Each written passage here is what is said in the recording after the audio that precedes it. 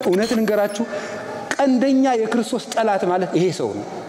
በልቡ ዘር የሚያስብ ሌላው እንዲጠፋ የሚፈልግ ስለራሱ ክብር የሚሰማው የአይሁድ ትምክት ያለው እንዲህ ያለ ሰው ነበር። የሰቀሉትም እኮ እንደዚህ ነው። ለምንድን ነው ቀራጮች ጋር የሚበላ አህዛብ እንዲህ ወይ መጽኡ ሰባሮን ሮሜ ወይ ነሱና ሀገረና እንደዚህማ ከሆነ የሮም ሰዎች ይመጣሉ ሀገራችን ያበላሹብናል ብለው እኮ ነው የሰቀሉት። እነሱ እስከዚህ በላይ ምን አድርገውታል? እኛ ክርስቲያን ሆነን እናድርገው እንደሄንን? ይሄ ከዘር አወጣት። ኢትዮጵያንም ከዘር ከመበላላት ያወጣልን። ልብ በሉ ለክርስቶስ በዓለም ላይ ያለውን ወርቅና እንቁ አምጥታችሁ ከምሩለት ምንም አያስደስተው። አንድ ኃጢአተኛን ሰው ግን መልሳችሁ አምጡለት እንደበላ እንደጠጣ ሁሉ ደስ ይለዋል። በከመይ ጎጉ ጽሙ ለሰተየማይ ከማዊ ጎጉ ክርስቶስ ለምረቱ ለሳይል የተጠማ ሰው ውሃውን ሊጠጣ እንደሚቸኩል ክርስቶስ ምህረትን ለማድረግ እንደዚህ ይቸኩላል ይላል።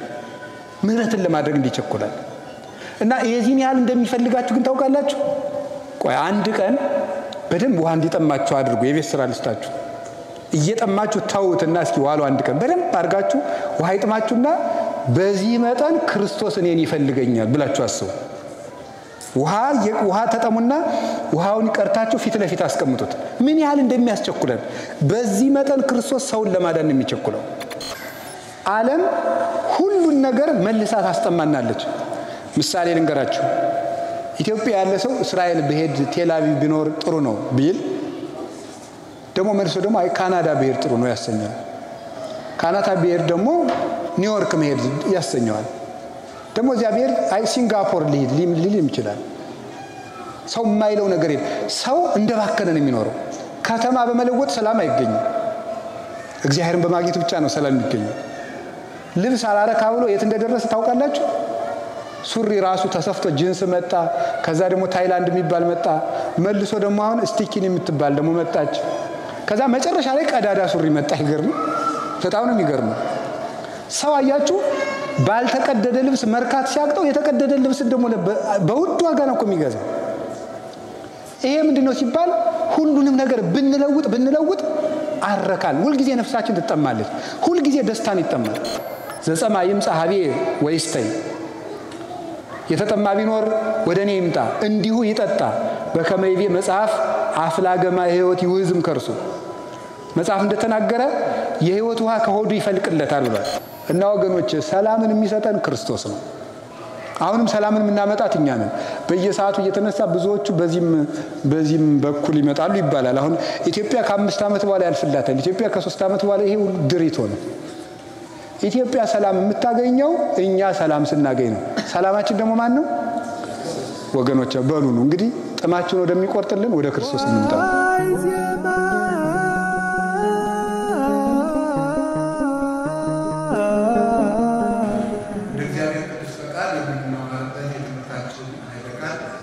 የሕይወት ውሃ በሚደርስ ምንማማስ በሁላችሁ የሕይወት ውሃ ድገም ሶስተኛ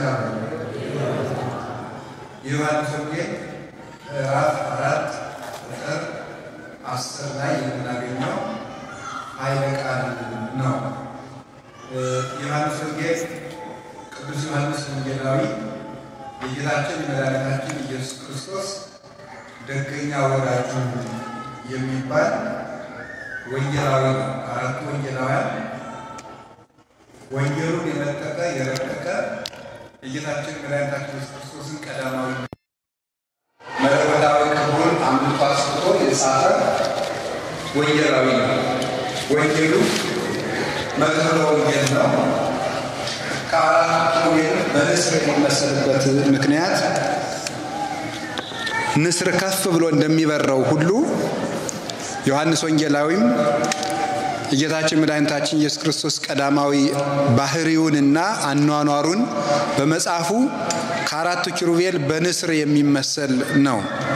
ይህንን ምስጢርም ያገኘበትን ምክንያት ሊቃውንት ሲያስረዱ ከጌታችን ከመድኃኒታችን ከኢየሱስ ክርስቶስ ተኛ ደግሞ እመቤታችንን ከመስቀሉ ስር የተቀበለ ሰው ነበረ። በእነዚህ በሶስቱ ምክንያት እግዚአብሔር ሰፊ ምስጢር እንዲጽፍ ፈቅዶለታል ይባላል። ከደረቱ ተጠግቶ ይቀመጥ ነበር የሚለውን ሊቃውንቱ ሲተረጉሙ ልብ እንግዲህ ያለችው ከደረት ስር ነው። በባዮሎጂም የታወቀ ነው። ከግራ ደረታችን ዝቅ ብላ ነው ልብ የምትገኘው። ስለዚህ ከደረቱ ተጠግቶ ይቀመጣል ማለት የክርስቶስ የልብ ወዳጁ ነው ማለት ነው። የልብ ወዳጅ ነበረ እና ክርስቶስን አብልጦ በመውደዱ ከዚህ የተነሳ ልዩ ምስጢር ተሰጥቶታል። ይህ አንዱ ነው። ሁለተኛ ደግሞ ንጹህ ድንግል ነበረ። ንጽህና እግዚአብሔርን የምናይበት መስታወትና በር ነው። አስቀድሞ የገነት በር የተዘጋብን በማደፋችን ምክንያት ነበረ። ንጽህና ግን የሰማይ ደጅን ይከፍታል። ኃጢአት ደግሞ የሰማይ ደጅን ይዘጋል እና ንጹህ ሰው ስለነበረ እግዚአብሔር የምስጢር በር ከፍቶለታል። ሶስተኛ እናታችን ቅድስት ድንግል ማርያምን ከመስቀሉ ስር የተቀበለ ሰው ነው። እንግዲህ ሁለት ምስጢርን ታስተውላላችሁ። አስቀድሞ በአባታችን በአዳም በእናታችን በሔዋን ጊዜ ስንወድቅ የዛፍ ፍሬ በልተን ነበር የወደቅነው። የወደቅንበትን ዛፍ ፍሬውን ስንበላ ከዚያ ዛፍ ስር አንዲት ሴት ትመለከታላችሁ። ያችም ሴት እናታችን ሔዋን ነበረች። ከሞት ዛፍ ስር አንዲት ሴት ነበረች፣ እሷም ሔዋን ናት። አሁን ደግሞ የዳንበት አንድ ዛፍ ታያላችሁ፣ እሱም መስቀል ነው። ከዚህኛው ዛፍ ስር ደግሞ አንዲት ሴት ትታያለች። ይቺውም ማናት? ድንግል ማርያም ናት። የሞት እናት ሔዋን ነበረች፣ የሕይወት እናት ማርያም ናት። ስለዚህ ጌታችን ኢየሱስ ክርስቶስ እንደ ነጻነት ደብዳቤ አድርጎ ነው እመቤታችንን የሰጠን። የነጻነት ደብዳቤ ዕዳችን ሰርዞ በመስቀሉ ከደመደመ በኋላ ዕዳ ለመውጣታችን ዕዳችን እንደተሰረዘ ምስክር አድርገን የምናሳያት ምልክት የምትሆን ደግሞ ሰሌዳ መለኮት የምትባል እመቤታችንን ከመስቀሉ ስር ሰጠን። ኦ ሰሌዳ መለኮት እንተ ብኪ ተጽፈ ግዛነ ኩሉ ዓለም የሚላት ሊቁ ስለዚህ ነው። የዓለሙ ሁሉ ነጻነት የተቀረጸብሽ የመለኮት ሰሌዳ፣ የአካላዊ ቃል የተቀረጸብሽ እውነተኛይቱ ታቦት ብለን የምናመሰግናት ከዚህ የተነሳ ነው እና ብቻውን ልዩ ጸጋ የሰጠው ዮሐንስ ወንጌላዊ ነበረ። ሊቃውንቱ ደግሞ ምን ላይ ይናገራሉ? ጌታ ለጴጥሮስ የመንግስተ ሰማያት መክፈቻ ቁልፍ ሰጣለሁ ብሎት ነበረ። ያ የመንግስተ ሰማያት መክፈቻ ቁልፍ ክህነት ነው። እመቤታችንን ደግሞ ለዮሐንስ ሰጥቶታል። ይሄን ምን ብለው ይተረጉሙታል? ቤተክርስቲያንን ይላሉ። ቤተክርስቲያንን ዮሐንስ ወንጌላዊ በድንግል ማርያም በኩል ሲቀበላት፣ ጴጥሮስ ደግሞ በቁልፉ በኩል ድንግል ማርያምን ተቀብሏታል ይላሉ። ስለዚህ መራውቱ ለአቡነ ጴጥሮስ ትባላለች እመቤታችን። የቅዱስ ጴጥሮስ የመንግስተ ሰማያት መክፈቻ ቁልፉ ማርያም ናት። ስለዚህ ክህነትን በጴጥሮስ በኩል ሲሰጥ፣ ድንግል ማርያምን ደግሞ ለቤተ ክርስቲያን በዮሐንስ በኩል ሰጥቶናል እና እመቤታችን መንግስተ ሰማያት የሚከፈትባት ቁልፍ ምዕራገ ጸሎት ነበረች እና ዮሐንስ የእመቤታችን ፍቅር የጸናለት ስለነበረ ልዩ ምስጢር ተሰጥቶታል። የቅዱስ ዮሐንስ ወንጌላዊ ረድኤትና በረከቱ ከሁላችን ጋር ይሁን። ይህንን ወንጌል ጽፎልናል። ከዚህ ወንጌል ምዕራፍ 4 መጽሐፍ ቅዱስ ሁሉም ድንቅና የሚወደድ ነው። እኔ ሁሉ ጊዜ ግን ነፍሴን የምትሳብባት ምዕራፍ ነው ምዕራፍ 4። ይህንን ምዕራፍ ኢየሩሳሌም ተገኝቼ በማስተማሬ ክርስቶስን አመሰግነዋለሁ። በጣም የምወደው ምዕራፍ ነው። ምዕራፍ 4 ዮሐንስ ወንጌል ምዕራፍ 4 ክርስቶስ ለቤተ ክርስቲያን ያለውን ፍቅር የገለጠበት ነው። ወይሁዳ ወምዝ ሐደጋ ለምድረ ይሁዳ ወሐለፈንተ ሰማርያ ይላል። ከዚህ በኋላ ወፈቀደ ይሁር ገሊላ የይሁዳን ምድር ትቶ ወደ የት ሄደ? ወደ ገሊላ ተመለሰ ይላል። ቤተልሔምን ይዞ ይሄ የይሁዳ ምድር ነው የሚባለው። ከ12ቱ ነገደ እስራኤል ለይሁዳ የደረሰው ቤተልሔም ነበረ። ያኛው ወደ ገሊላ ሄደ፣ የሚሰማው ስላጣ ነው። ወደ ገሊላ ሲሄድ በየት በኩል ነው ሄደው? በሰማርያ ነው ሄደው። ሰማርያ ከኢየሩሳሌም 30 ማይል ያህል ትርቃለች። በጣም ሩቅ ነው። ሰሜን እስራኤል የምትገኘው 30 ማይል ሩቅ ነው በጣም። እሱን ለመሄድ የሚቀርበው በዚያ በኩል ቢሄድ አልነበረም። መንገድ ሰብሮ ነው ሄደው። ያ መንገድ በጣም አድካሚ ነው። ወይም ደግሞ ከዚህ ሴኬም ከምትባለው ያዕቆብ አባታችን ከልጆቹ ጋር ከነበረባት ከሴኬም ሰሜን ምዕራብ 9 ማይል ያህል የምትርቅ ቦታ ናት እቺ ሰማርያ የምትባለው። ሰማርያ የሚባለው ትርጉሙ የሰዓት ማማ፣ የሰዓት ተራራ ማለት ነው ፍቹ ሲፈታ። እቺ ሰማርያ የምትባለው ከተማ በብሉይ ኪዳን ጊዜ ጌታችን ኢየሱስ ክርስቶስ ከመወለዱ አስቀድሞ ዘንበሪ የሚባለው የአይሁድ ንጉስ ወይም የእስራኤል ንጉስ የሰሜን እስራኤል ንጉስ ማለት ነው። አንደኛ ነገሥት ምዕራፍ 16 ቁጥር 24 እንደምንመለከተው ሰምሪን ከሚባል ሰው በሁለት መክሊት የገዛት ከተማ ነበረች። በሱ ስም ሰማሪያ ተብላለች። በኋላ ስልምናሶር መጥቶ 10ን ነገደ እስራኤል ይሄ ኢየሩሳሌም የሁለቱ ነገድ ርስት ነበረ። የነገደ ብንያምና የነገደ ይሁዳ ማለት ነው። 10ሩ ነገድ በኢዮርብዓም ዘመን ተከፍሎ ሰሜን እስራኤል ነው የሄደው። ከዚያ በኋላ ከሰሎሞን ልጅ ከሮብዓም ጊዜ በኋላ ምንድነው የሚሆነው? እስራኤል ብለን ስንጠራ እስከሚጠት ድረስ ከባቢሎን እስከተመለሱበት ጊዜ ድረስ እስራኤል ብለን የምንጠራው ሰሜን እስራኤልን ነው። ይሄኛው ምን እየተባለ ነው የሚጠራ? ይሁዳ እየተባለ ነበር የሚጠራ። ከተመለሱ በኋላ ደግሞ አንድ ላይ እስራኤል የሚል ስምን አግኝተዋል ማለት ነው። ታውቃላችሁ እስራኤል ማለት የእግዚአብሔር ሕዝብ ማለት ነውና ሲለያዩ እስራኤል የሚለውን ስም ያጡታል። አንድ ሲሆኑ ደግሞ ያገኙታል። የእግዚአብሔር ሕዝቦች ምልክታቸው አንድ መሆን ነው። መለያየት ሲኖር የእግዚአብሔር ሕዝብ መባልን እናጣዋለን። ስም ራሱ ነው የምናጣው። እንኳንስ ሽልማቱን እንኳን በረከቱን ስሙንም ይነጥቀናል እግዚአብሔር። ታዲያ በዚያ ይሄ ስልምናሶር ምን አደረገ? እስራኤል ሀገራቸው እንዳይናፍቃቸው ወደ ሀገራቸው የመመለስ ሐሳብ እንኳን እንዳይኖራቸው አምጥቶ የፋርስ ሰዎችን በሰማሪያ ያሰፈራቸው።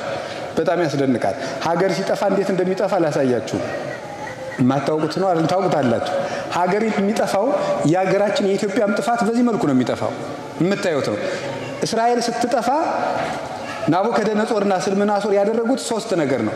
አንደኛ የእስራኤል ኃያላንንና አርበኞችን ማጥፋት። ሁለተኛ ምን ማድረግ ነው ደግሞ? ቤተ መቅደሱን ማፍረስ። ሶስተኛ ሕፃናትን ባቢሎን ወስዶ በሥርዓተ ትምህርት መበከል። በእነዚህ በሶስቱ ሀገር ይጠፋል። ሕፃናት በተበላሸ ሥርዓተ ትምህርት ሲበከሉ፣ ኃያላን ወይም ደግሞ ጎበዛዝቱ ወይም ጉልማሶች በጦርነት ሲያልቁ፣ ሶስተኛ ደግሞ የሚጸልዩ አረጋውያንና ካህናት ደግሞ ከቤተ መቅደስ ሲያልቁ ሀገር ይጠፋል። እንዲህ አድርጎ ሕዝብ ተስፋ እንዲቆርጥ ነው። ቆይ እግዚአብሔር ያወጣናል እንዳንል መቅደሱ ፈርሷል። ሕፃናት አድገው ያወጡናል እንዳንል አይምሯቸው ተበክሏል።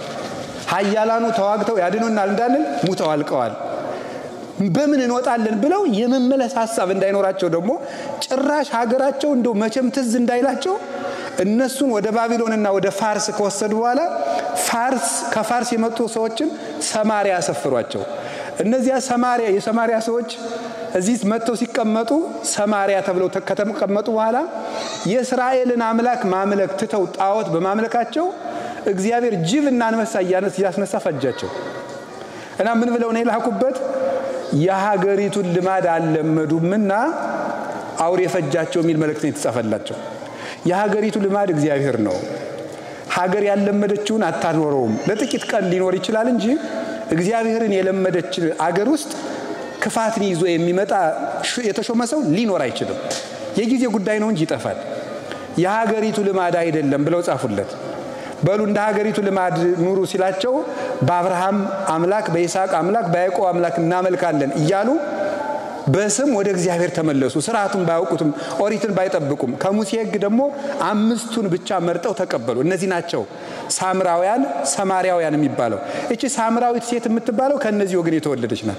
እና እነዚህ ከዚያ የተቀላቀሉ ናቸው ብለው ስለሚያስቧቸው 5ቱን የሙሴ ሕግ ብቻ ይቀበላሉ ብለው ስለሚያስቧቸው እስራኤል ወይም አይሁድ ጨርሰው ነው የሚጸየፏቸው ከተመለሱ በኋላ። መንገዱ እናንተ ከዚህ ስለምትኖሩ እናንተ ከኔ ይልቅ ታውቁታላችሁ። በሰማሪያ መሄድ በጣም ረጅም መንገድ ነው። አይሁድ ሳምራውያንን በመንገድ እንኳን እንዳያገኛቸው ሩቅ መንገድ፣ ዛሬ የተቀየሰው አስፋልት ራሱ በዚያ ባይቀየስ ይቀርብ ነበር። ግን እነሱን ላለማየት ተብሎ ሩቅ ጎዳና ሄደው ነው መንገድ ያበጁት። ጌታችን መድኃኒታችን ኢየሱስ ክርስቶስ ግን ያንን መንገድ ተወና ወዴት ሄደ? ወደ ሰማሪያ ሄደ። ኢየሩሳሌም ስመጣ ሁሉ ጊዜ ክርስቶስን ሳስብ የሚታሰበኝና የሚያሳዝነኝ ያን ሁሉ ጎዳና ሄደው መንገድ ነው።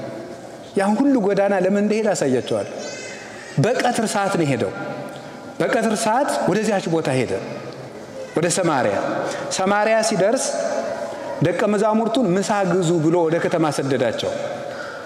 እሱ ሄደና ከውሃ ጉድጓድ አጠገብ ተቀመጠ። 6 ሰዓት ነበረ። በ6 ሰዓት ከውሃ ጉድጓድ አጠገብ ተቀመጠ።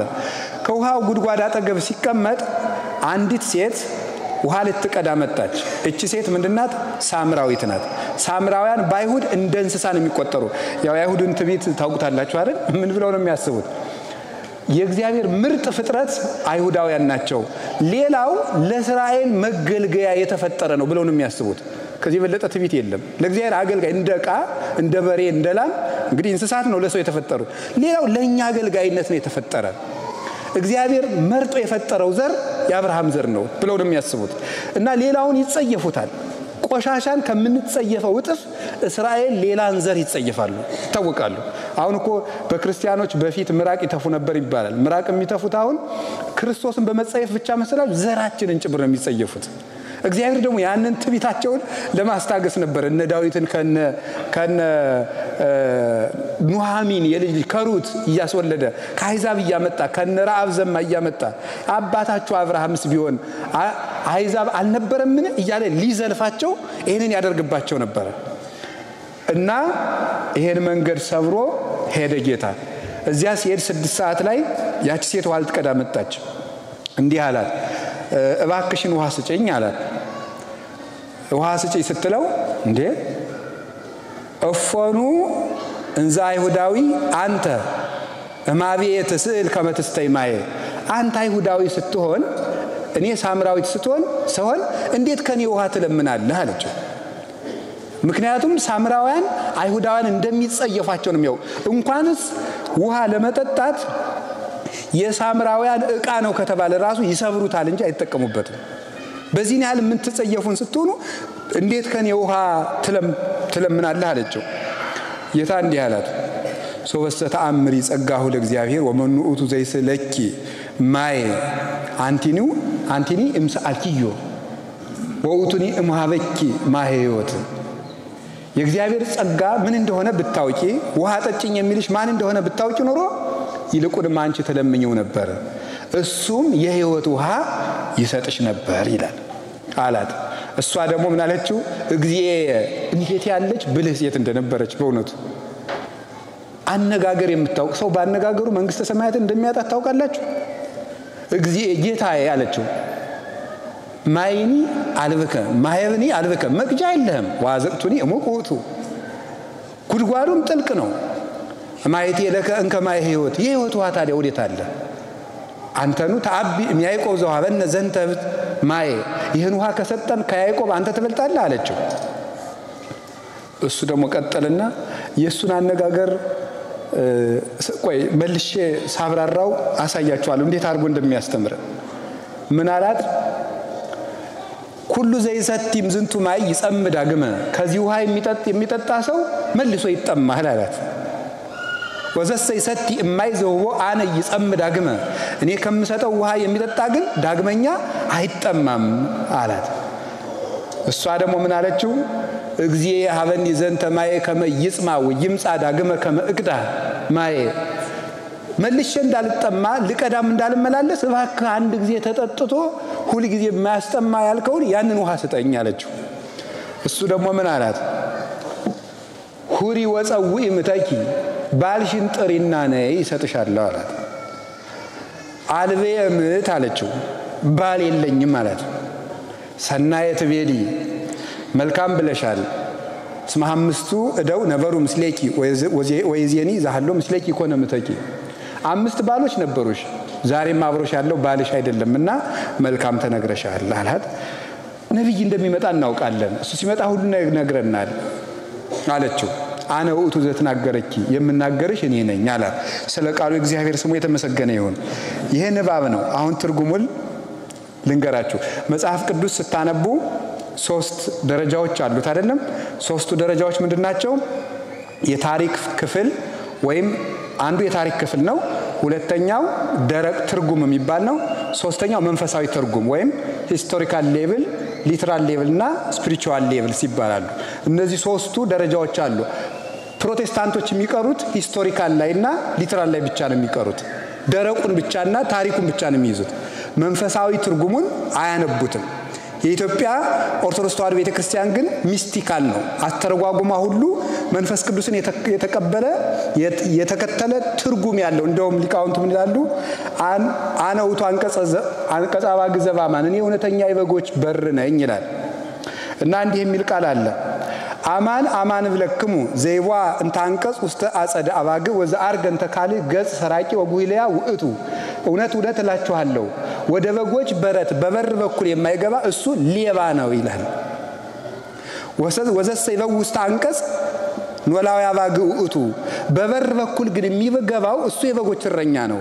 ዋጻዊኒ ያርህ ወሎቱ፣ እንደዚህ ላለው ሰው ደጅ ዘይው ወይም በረኛው ይከፍትለታል ይላል። ይሄ ሊቃውንቱ ምን ላይ ተርጉሙታል መሰላችሁ?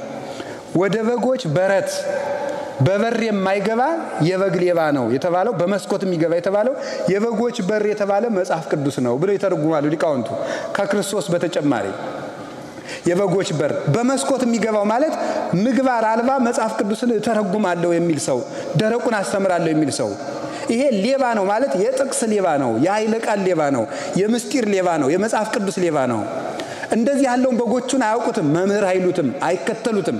እስመ ያምራ ቃሎ መምህርነቱን አያውቁለትም፣ የሱን መምህርነት ግን ወዘሰ ይበው ውስተ አንቀጽ፣ በበር የሚገባው ግን እየሰራ የሚያስተምረው ሰው እሱ መምህር ነው። አጻዊኒ ያርህ ወሎቱ፣ የመጽሐፍ ቅዱስ ባለቤት መንፈስ ቅዱስ የመጽሐፍ ቅዱስን በር ይከፍትለታል ይላል።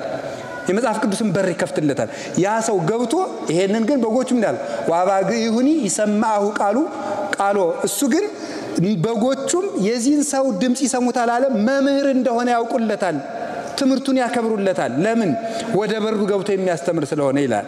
እና መንፈሳዊ ትርጉሙን ልንገራችሁ። መጽሐፍ ቅዱስ እንዲሁ ዝም ብሎ መጽሐፍ ቅዱስ በኦሪት ዘሌዋውያን ስታነቡ የብሉይ ኪዳኑን በግ ነው የሚመስለው መጽሐፍ ቅዱስ ይላሉ ሊቃውንት። በጉ አለ አይደለም? አታውቁም? በግ አሁን ለሁላችሁ አንድ በግ ሰጥቼ እንዳታርዱት ብላችሁ ጥቅም አለው? በጉን ሰጣችሁ እንዳታርዱት ግን ለፋሲካ ይሆናችሁ ብል ምን ያደርግላችኋል? ምንም ያደርግ ማለት መጽሐፍ ቅዱስ እንደ በግ ነው። በጉን ስታርደው ነው ስጋ የምታገኙ። መጽሐፍ ቅዱስም ሲተረጎም ነው ለነፍስ ምግብ የሚሆነው። ካልሆነ ግን ዝም ብሎ የሚነዳ በግ ነው። ጥቅሱ ዝም ብሎ የሚነዳ በግ ነው። እንደ ኦሪቱ መስዋዕት ነው። ሊቀ ካህናቱ በብልት አርጎ ይቆራርጠው ውስጡን ይጠባው የሚለው ይሄ ኦሪት ዘሌዋውያን ምዕራፍ 1 ላይ ያለው የብሉይ ኪዳን አይሁድ የሚያቀርቡት መስዋዕት በሙሉ ለመጽሐፍ ቅዱስ ትርጓሜ የተሰጠ ነበረ። ወደዚህ ትርጓሜ ልመልሳችሁ። ጌታችን ኢየሱስ ክርስቶስ 6 ሰዓት በሆነ ጊዜ ደከመ ይላል። ይሄ 6 ሰዓት የሚባለው ክርስቶስ ሰው የሆነበት 6ኛው ሺህ ዘመን ማለት ነው። 5500 ዘመን ከአዳም እስከ ኖህ ያለው 2256 ዘመን ነው። ከኖህ አንስቶ እስከ ሙሴ 1644 ዘመን ነው። ከሙሴ አንስቶ እስከ ክርስቶስ 1600 ዘመን ነው። ይሄን ስትደምሩት 5500 ዘመን ይባላል። ይሄ 6ኛው ሺህ ነው። ስለዚህ በ6 ሰዓት ክርስቶስ ደከመ የተባለው በ6ኛው ሺህ ጊዜ ክርስቶስ ሰውን ለማዳን የሚደክምበትን ስጋ ለብሶ መከራ ተቀበለ፣ ተመላለሰ ተብሎ ነው የሚተረጎመው። ከውሃው ወደ ውሃ ጉድጓድ መጣ ማለት ምንድነው ትርጉሙ? ወደ ውሃ ጉድጓድ መጣ የተባለው ምንድነው? ሊቃውንቱ ይተረጉሙታል። ጉድጓድ የተባለ የኛ ጥልቅ ኃጢያታችን ነው ይላል። ይሄንን ነበር ቅዱስ ዳዊት መዝሙር 129 ላይ እማይምቅ ጸዋይኩ ከእግዚኦ፣ አቤቱ ከጥልቅ ጉድጓድ እጠራሃለሁ ያለው ለዚህ ነው። ከጥልቅ ጠራው ያለው ከኃጢያት ጉድጓድ ነው። ስለዚህ ክርስቶስ በ6 ሰዓት ደክሞ ወደ ጉድጓድ መጣ ማለት እኛን ከኃጢያት ጉድጓድ ለማውጣት መጣ ማለት ነው ብለው ይተረጉሙታል። ሁለተኛ ደግሞ በሰሙ ስንወስደው በታሪኩ ስንወስደው 6 ሰዓት መጣ። በእስራኤል ባህል ውሃ የሚቀዳ ማለዳ ነው። የዛሬውን አላውቅም። ዛሬማ ቤት ውስጥ ነው፣ ሌትም ቀንም መቅዳት ነው። ድሮ ግን የጉድጓድ ውሃ ምንጭ ቀዱ ሳለ እስራኤል ውሃ የሚቀዱት ጧት ቀደም ብለው ነው። በኢትዮጵያም በገጠር የሚቀዳው ጧት ነው። ስለዚህ ማለዳ ነው የሚቀዳው። ከ3 ሰዓት በኋላ ውሃ ይቀዳም ነበረ። አሁን እቺ ሴት ስታገባ አስማንዲዮስ የሚባል ጋኔን አለ። እሱ በመጽሐፈ ጦቢት ላይ እንደተቀመጠው ባል ስታገባ ከሷ ላይ ተቀምጦ ባሏን ይገልባታል። ስታገባ ይገልባታል። 5 ባሎች አገባች፣ ሞቱባት። በዚህ ምክንያት ውሃ ሲቀዱ ሴቶች ሁሉ ይች ነፍሰ በላ እያሉ ይቀጻጸውባታል። ይሰድቧል። ስለዚህ ሰው በማይስቅባት ሰዓት 6 ሰዓት ውሃ ልትቀዳ ትመጣለች። የሚስቁባት ሰዎች በሌሉበት ሰዓት አፍራ ላለመሰደብ 6 ሰዓት ትመጣ ነበር። የሰውን ችግር የሚያውቅ ክርስቶስ በዚህ ሰዓት ወደ ጉድጓዱ ሄደ። ለዚያ ነበር ለሷ ችግር ብሎ 6 ሰዓት ሄደ። ማገልገል ማለት ሰዎችን ማገልገል ማለት ፕሮቶኮል አይደለም። ወደ ሰዎች ችግር መግባት፣ የሰዎችን ችግር የራስን ያህል አድርጎ ማሰብ ነው። ካህን መምህር በዚህ መጠን ነው ለክርስቶስ ለምእመናን ማሰብ የሚገባው። የሚያሳፍረውን ሰው የሚያፍርበትን ቦታ ትቶ ከማያፍርበት አግኝቶ ሰውን ማዳን መጠገን። ስለዚህ በ6 ሰዓት ሄደላት እንደምታፍር ያውቃልና ማታፍርበት ሰዓት ላይ ሄደ አገኛት በችግሯ ሰዓት። ሌላው ቀርቶ የራሱ ተማሪዎች እንኳን እንዲሰሙባት አልፈለገም ገመናዋን። ደቀ መዛሙርቱ እንዳይሰሙ ደግሞ እነሱን ለምሳላካቸው ብቻዋን እንድታወራው ማለት እንድታወገው ችግሯን እንድትነግረው ሄዶ ደግሞ አንቺ ሴት 5 ባል አግብተሽ ነበር እንዴ ያለ ችግር አለብሽ አላላትም። የዘንድሮ ስብከት የኃጢአት ሪፖርት እኮ ነው። አሁን ሰባኪው ሁሉ ያዘው ህዝቡ የሚሰራውን ኃጢአት እንደ ሪፖርት መልሶ ኃጢአቱን ነግሮ ቤቱን ይሰደዋል። ኃጢአቱን ህዝቡ ያውቀዋል፣ እንዴት ብሎ እንደሚወጣ ነው ያቃተው እንጂ መንገድ ማሳየት ነው። ጌታችን ኢየሱስ ክርስቶስ ኃጢአትሽ እንዲህ ነው 5 ባል ነበረሽ አላለም። ምንድነው ያላት? ይልቁን ውሃ ስጪኝ ነው ያላት። አንድን ሰው በኃጢአት እንዴት እኔ ሳምራዊት ሲሆን ከኔ ውሃ ትለምናለህ? አንድን ሰው በኃጢአት ከወደቀበት ለመልካም አገልግሎት ተጠሩታላችሁ። እኔ አንተ ለዚህ ፈልጋለሁ፣ አንተ ለእንደዚህ ያለ ቁም ነገር ትሆናለህ ስትሉት እኔ ረባለሁ ይላል ማለት። ይሄን ነው እቺ ሴት የመለሰችው። ስለዚህ አንድን ሰው በኃጢአቱ ከመጀመር አስፈላጊነቱን ነግሮ መጀመር ሰዎችን ከክፋት ያወጣቸዋል። ልክ እናት አባትም ሆናችሁ ልጆችን ስታሳድጉ በሱስ ቢጠመዱ ሱስህን ተው፣ አንተ ልጅ ሱሰኛ ነህ ሰካራም ነህ ከማለት አንተ እኮ ለዚህ ትሆናለህ፣ አንተ እኮ ለዚህ ቁም ነገር የምትበቃ ሰው ነህ ሲሉት ሰው ለክብሩ ስለሚጨነቅ አስፈላጊነቱ ሲነገረው ከክፋት መመለስ ይችላል። ስለዚህ ጌታችን ኢየሱስ ክርስቶስ በሚያንጻት መንገድ ውሃ ስጪኝ አላት። አንተ እንዴት ከኔ ውሃ ትለምናለህ አለች። አይ እኔ ሳምራዊት አንተ አይሁዳዊ አለች። ተራ ክርክርን ተወና ቀስ ብሎ ወጉን ደግሞ አጥፎ ወደ ሌላ ወሰደው። እኔ አይሁዳዊ ነኝ፣ አንተ አይሁዳዊ ነህ፣ እኔ ሳምራዊት ነኝ። ውሃ እንዴት ልሰጥ እችላለሁ ነው እንዴ? አይሁዳዊ በሆነስ እንደዚህ ዘር ማብራራት ውስጥ አልገባም። ዝም ብሎ ምንድነው ያለው? ውሃ የሚለምንሽ ማን እንደሆነ አላወቅሽም ነው። ከሰዎች ጋር የማይረባ ክርክር ውስጥ መግባት ትክክል አይደለም። ክርክር ያጋንንትና የኃጥአን ምልክታቸው ነው፣ መገለጫቸው ነው። ስለዚህ ስለ ዘሩ አልተከራከራትም። አንቺ ሳምራዊት ነሽ፣ እኔ አይሁዳዊ ነኝ፣ አውነትሽን ነው፣ ሳምራዊ ማለት እንደዚህ ነው ብሎ ከዘር እንድትወጣ ነው ያደረጋት። ወጣና ወደ ህይወት ውሃ እንድትሻገር ነው የፈለገ። እሱን ታዩ፣ ይሄኛውን ዘር ታይና ከኔ የምትወለብጅበትን መንፈሳዊ ልደት ልንገርሽ፣ እሱን ሳምራዊነትሽን ታዩ፣ የኔን አይሁዳዊነትን ታዩ ነበር ያለ። ዘመዶቼ እውነት ያዛመደን ክርስቶስ ነው። ይሄን በየወጡ የምንቋጠረውን ነገር ካልተውን በእግዚአብሔር መንግስት እድል ፈንታ ጽዋ ተርታ የለም። አሁን እንደዚህ ነኝ፣ የኛ ዘር እንደዚህ ነው፣ የኛ ዘር እንደዚህ ነው የሚል ሰው እውነቴን እንመነግራችሁ እግዚአብሔርን የሰቀለ ሰው ማለት ይሄ ነው። እግዚአብሔርን የሚሰቅለው ሰው ዘረኛ ሰው ነው። ዘረኛ ሰው የክርስቶስ ባላንጋራው ነው። ክርስቶስ የቤተክርስቲያን ምንድነው? ራስ በሉ እስቲ ሲበሉ በሉ እንጂ ምን አላችሁኝ? አቤት ራስ ነው አይደል እንዴ? ራስ ምንድነው? ክርስቶስ ራስ የሚለው ለምን ይመስላችኋል? ሰብሳቢ ማለት ምን ማለት ነው? ሰብሳቢ ነው። እጅን እግርን እንደም ሁሉ ሰብስቦ የሚይዘው ማን ነው? አቤት ራስ ነው። ራስ ነው። ለምሳሌ እጅን እግርን ይሄን ሁሉ የሚያስተዳድረው ማን ነው? ኮማንድ ሴንተር የሚባለው ማን ነው? አይምሮ ነው አይደለም እንዴ? ለእጅ እዚህ ላይ ሜሴጅ ትራንስሚተር ሴልስ አሉ። እነዚህ ናቸው የሚያስተላልፉት። ዋናው ግን አይምሮ ነው። እዚህ ላይ አንዱ ሰው በመርፌ ብትወጉት እዚህ ላይ ያሉ ሴሎች ወደ አይምሮ ነው መልእክት የሚያስተላልፉ። ህመም የሚሰማን አይምሮ እዚህ ግዛቴ ላይ ችግር አለ ብሎ ሲያውቅ ነው። የዚያ ሪአክሽን ነው ህመም የሚባለው። ስለዚህ ሰው ምንድነው ከተባለ የሰው አስተዳዳሪው አይምሮው ነው። አይምሮው ነው፣ ራስ ነው። ክርስቶስ ራስ ነው ማለት ሰብሳቢያችን ነው። አንድ ሰው ዘረኛ ሲሆን ግን ከክርስቶስ ራስነት ነው የሚወጣው። ዘረኛ ሆነ ማለት ይችጣት ተቆርጣ ወደቀች ማለት። ከወደቀች በራስ መግቦት ይቀርባታል፣ የተጣራ ደም ይቀርባታል፣ የተጣራ ኦክሲጅን ይቀርባታል። ከዚያ በኋላ ትወድቃለች፣ ትበሰብሳለች። ንጹህ ልክ ቅዱስ አግናጢዮስ እንደሚናገረው ክርስቶስ ራስ ነው፣ ቤተክርስቲያን አካል ናት ይልና አካል ጤና እንዲኖር ኦክሲጅን እና ደም ያስፈልገዋል ይላል። ደም ቁርባን ነው፣ ኦክሲጅን ደግሞ ስርዓተ ቤተክርስቲያንና ጸሎት ነው ብሎ ይናገራል።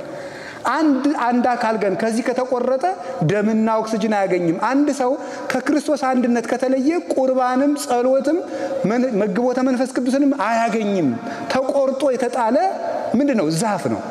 ንበሩ በዋነ በክሙ እናንተ በእኔ ኑሩ እኔም በእናንተ ዮሐንስ ወንጌል ምዕራፍ 15 ላይ ሲናገር እኔ የወይን ግንድ ነኝ እናንተ ቅርንጫፍ ናችሁ፣ እንዲሁ ቅርንጫፍ በግንዱ እንዲኖር እናንተ በግንዱ ኑሩ። ስለዚህ እቺን ሴት ያወጣት ከምን እንደሆነ ታውቃላችሁ? ከዚህ ዘሯ አወጣት። እኛንም ያወጣል። እዚህም ሆናችሁ እኔ ጎንደሬ፣ እኔ ጎጃም፣ እኔ ትግሬ፣ እኔ ኦሮሞ የምትብያላችሁ የምትቆጥሩት ነገር ካለ ስለ ሕያው እግዚአብሔር ተው። እውነቴን ነው የምነግራችሁ። ስለ ሕያው እግዚአብሔር ካልሆነ በክርስቲያንነታችሁ ማፈር አለባችሁ። ማፈር ነው የሚገባችሁ። እናንተ በክርስቶስ ስም የምትቀልዱ ነጋዴዎች ናችሁ ማለት ነው። ክርስትና ማለት ምን ማለት ነው? የክርስቶስ ገንዘብ ማለት ነው።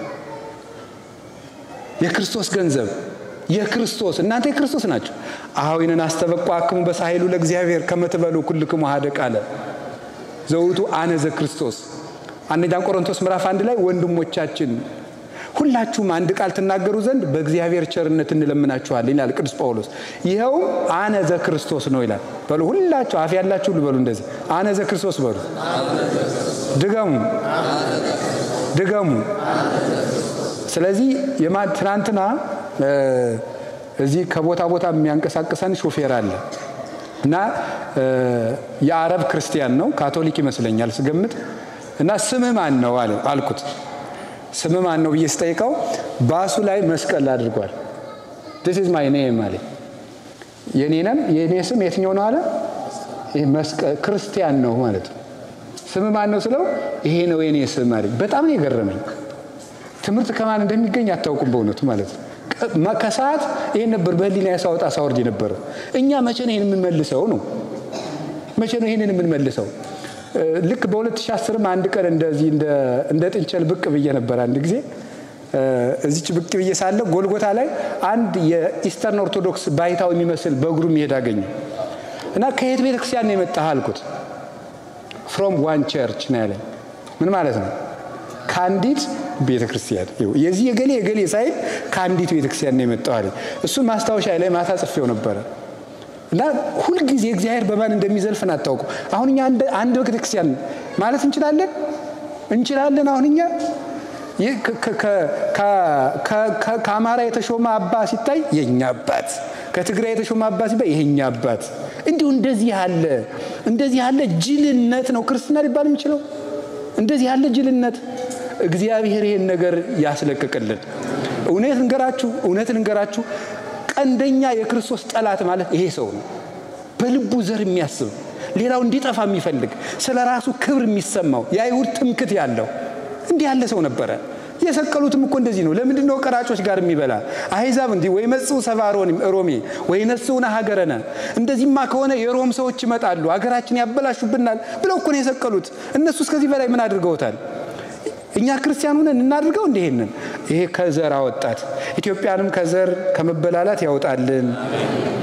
ከዚያ ከወጣ ምን አላት ደግሞ የእግዚአብሔር ጸጋ ምን እንደሆነ ብታዩ። የእግዚአብሔር ጸጋ ማለት ማን ይመስላችኋል? የእግዚአብሔር ጸጋ ማለት ክርስቶስ ራሱ ነው። ጸጋ ዘአሕዛብ ይባላል።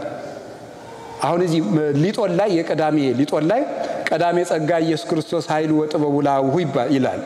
ቀዳሜ ጸጋ ማለት ቀዳማዊ ራሱን ጸጋ አድርጎ የሰጠ ብለው ይተረጉሙታል አበው።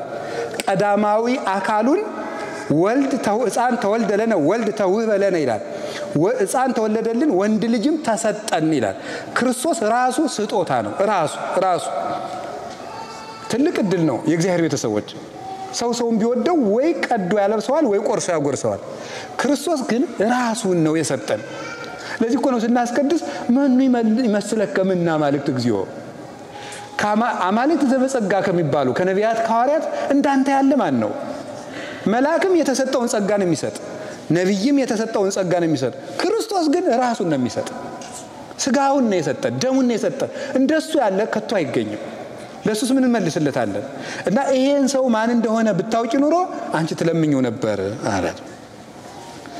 ጌታዬ መቅጃ የለህም፣ ጉድጓዱም ጥልቅ ነው፣ አንተ ከያዕቆብ ትበልጣለህ አለችው። ደግሞ ተመልከቱ እንዴት እያደረገ እንደሚያሸጋግራት። አሁን ሰው ሲያወጋ ወጉን አትከራከሩ፣ ወጉን መለወጥ ነው። ያረባ ወግ ሲያወጋ ሰው በወጉ ከመከራከርና ከመዳረቅ ጨዋታውን ለወጥ አድርጎ ወደሚጠቅም ነገር መውሰድ። የኑሮ ብልሃትም እንማር በዚያው። አንተ ከያዕቆብ ትበልጣለህ ብላ በክብሩ መጣችበት። እሱ ግን ምንድነው ያላት? እንዴ ኧረ እኔ ያዕቆብ ፈጣሪ ነኝ አርፈሽ ተቀመጭ አላለም። ምንድነው ያላት መሰላችሁ? ከዚህ ውሃ የሚጠጣ ምን ይላል ነው ያለ። አያችሁ ወጉን እንዴት እንደሚለውጠው። ከዚህ ውሃ የሚጠጣ ይጠማል ነው ያላት እንጂ እንዴ እኔ ከያዕቆብ እበልጣለሁ ብሎ ስለራሱ ክብር መከላከያ አላቀረበም። የራሱን ተወና እሷን ነው ታዩ። እሱን አሁን የኔን ክብር ታዩ ኋላ ይገባሻል፣ ቁም ነገሩ ያንቺ የማያስጠማውን ውሃ ማግኘት ነው እያላት ነበር። እሱን እንግዲያስ ያን ውሃ ስጠኝ አለችው። ባልሽን ጥሪና ልስጥሽ አላት። አሁን ንስሐ እንድትገባ ጋበዛት ማለት ነው። 5 ባላድ የነበረች እነዚያን ይዘሻቸው የኖርችሽን ኃጢአቶችሽን ንገሪኝ ማለቱ ነበር። የለኝም አለች። የለኝም አለችው። ዋሽታለች አልዋሸችም? 5 ባል ነበር ሙተዋል አይደል? ግን አንዱን ባል ምን ብለዋለች? ሴቶቹ ባል የሌላት እያሉ ከሚሰድቡኝ ቀለብ እየሰፈርኩልህ እንደው ባሏ ተብለ ተቀመጥ ብላ የሆነ ቦታ አስቀምጣ ነበር። ያን አስቀምጣለች። ለዚህ ነው አብሮሽ ይሄ አሁን ያለው ባልሽም ባል አይደለም ያላት። አሁን ዋሽታለች አልዋሸችም? አሬት ዋሽታለች። አላታ ባል አስቀምጣለች ባል እኮ። ስለዚህ 5 ባል ነበረኝ ነው ማለት የነበረባት። ዛሬም ደግሞ አንድ የስም ባል አለኝ። ወንዶች ዛሬም የስም ባል እንዳትሆኑ እሺ። የስም ዝም ብሎ ባል ብቻ ማለት ነው። ባል ብቻ መሆን አይገባም። ባል ክርስቶስን የሚወክል ነው፣ ራስ ነው ለቤቱ ማለት ነው። እና መናገር ሲገባት ዋሸች። አሁን የጌታ ንግግር ተመልከቱ ምን እንዳላት። አንቺ 5 ባል ነበረሽ አይደል እንዴ? አሁንስ አንድ አስቀምጠሽለ እንዴ? የማይሞትብሽ ቢሆን እኮ ልታገቢው ነው። እስኪ ቆይ ጤንነቴን አይቼ ብለሽ ነው እንዴት ተዋሻለሽ አላለም። ምንድነው ያላት? መልካም ብለሻል። ይውላችሁ መልካም ብላለች እንዴ? አላለችም እኮ። ግን ሰውን ሲያደንቁት ነው ልቡ የሚመለስ።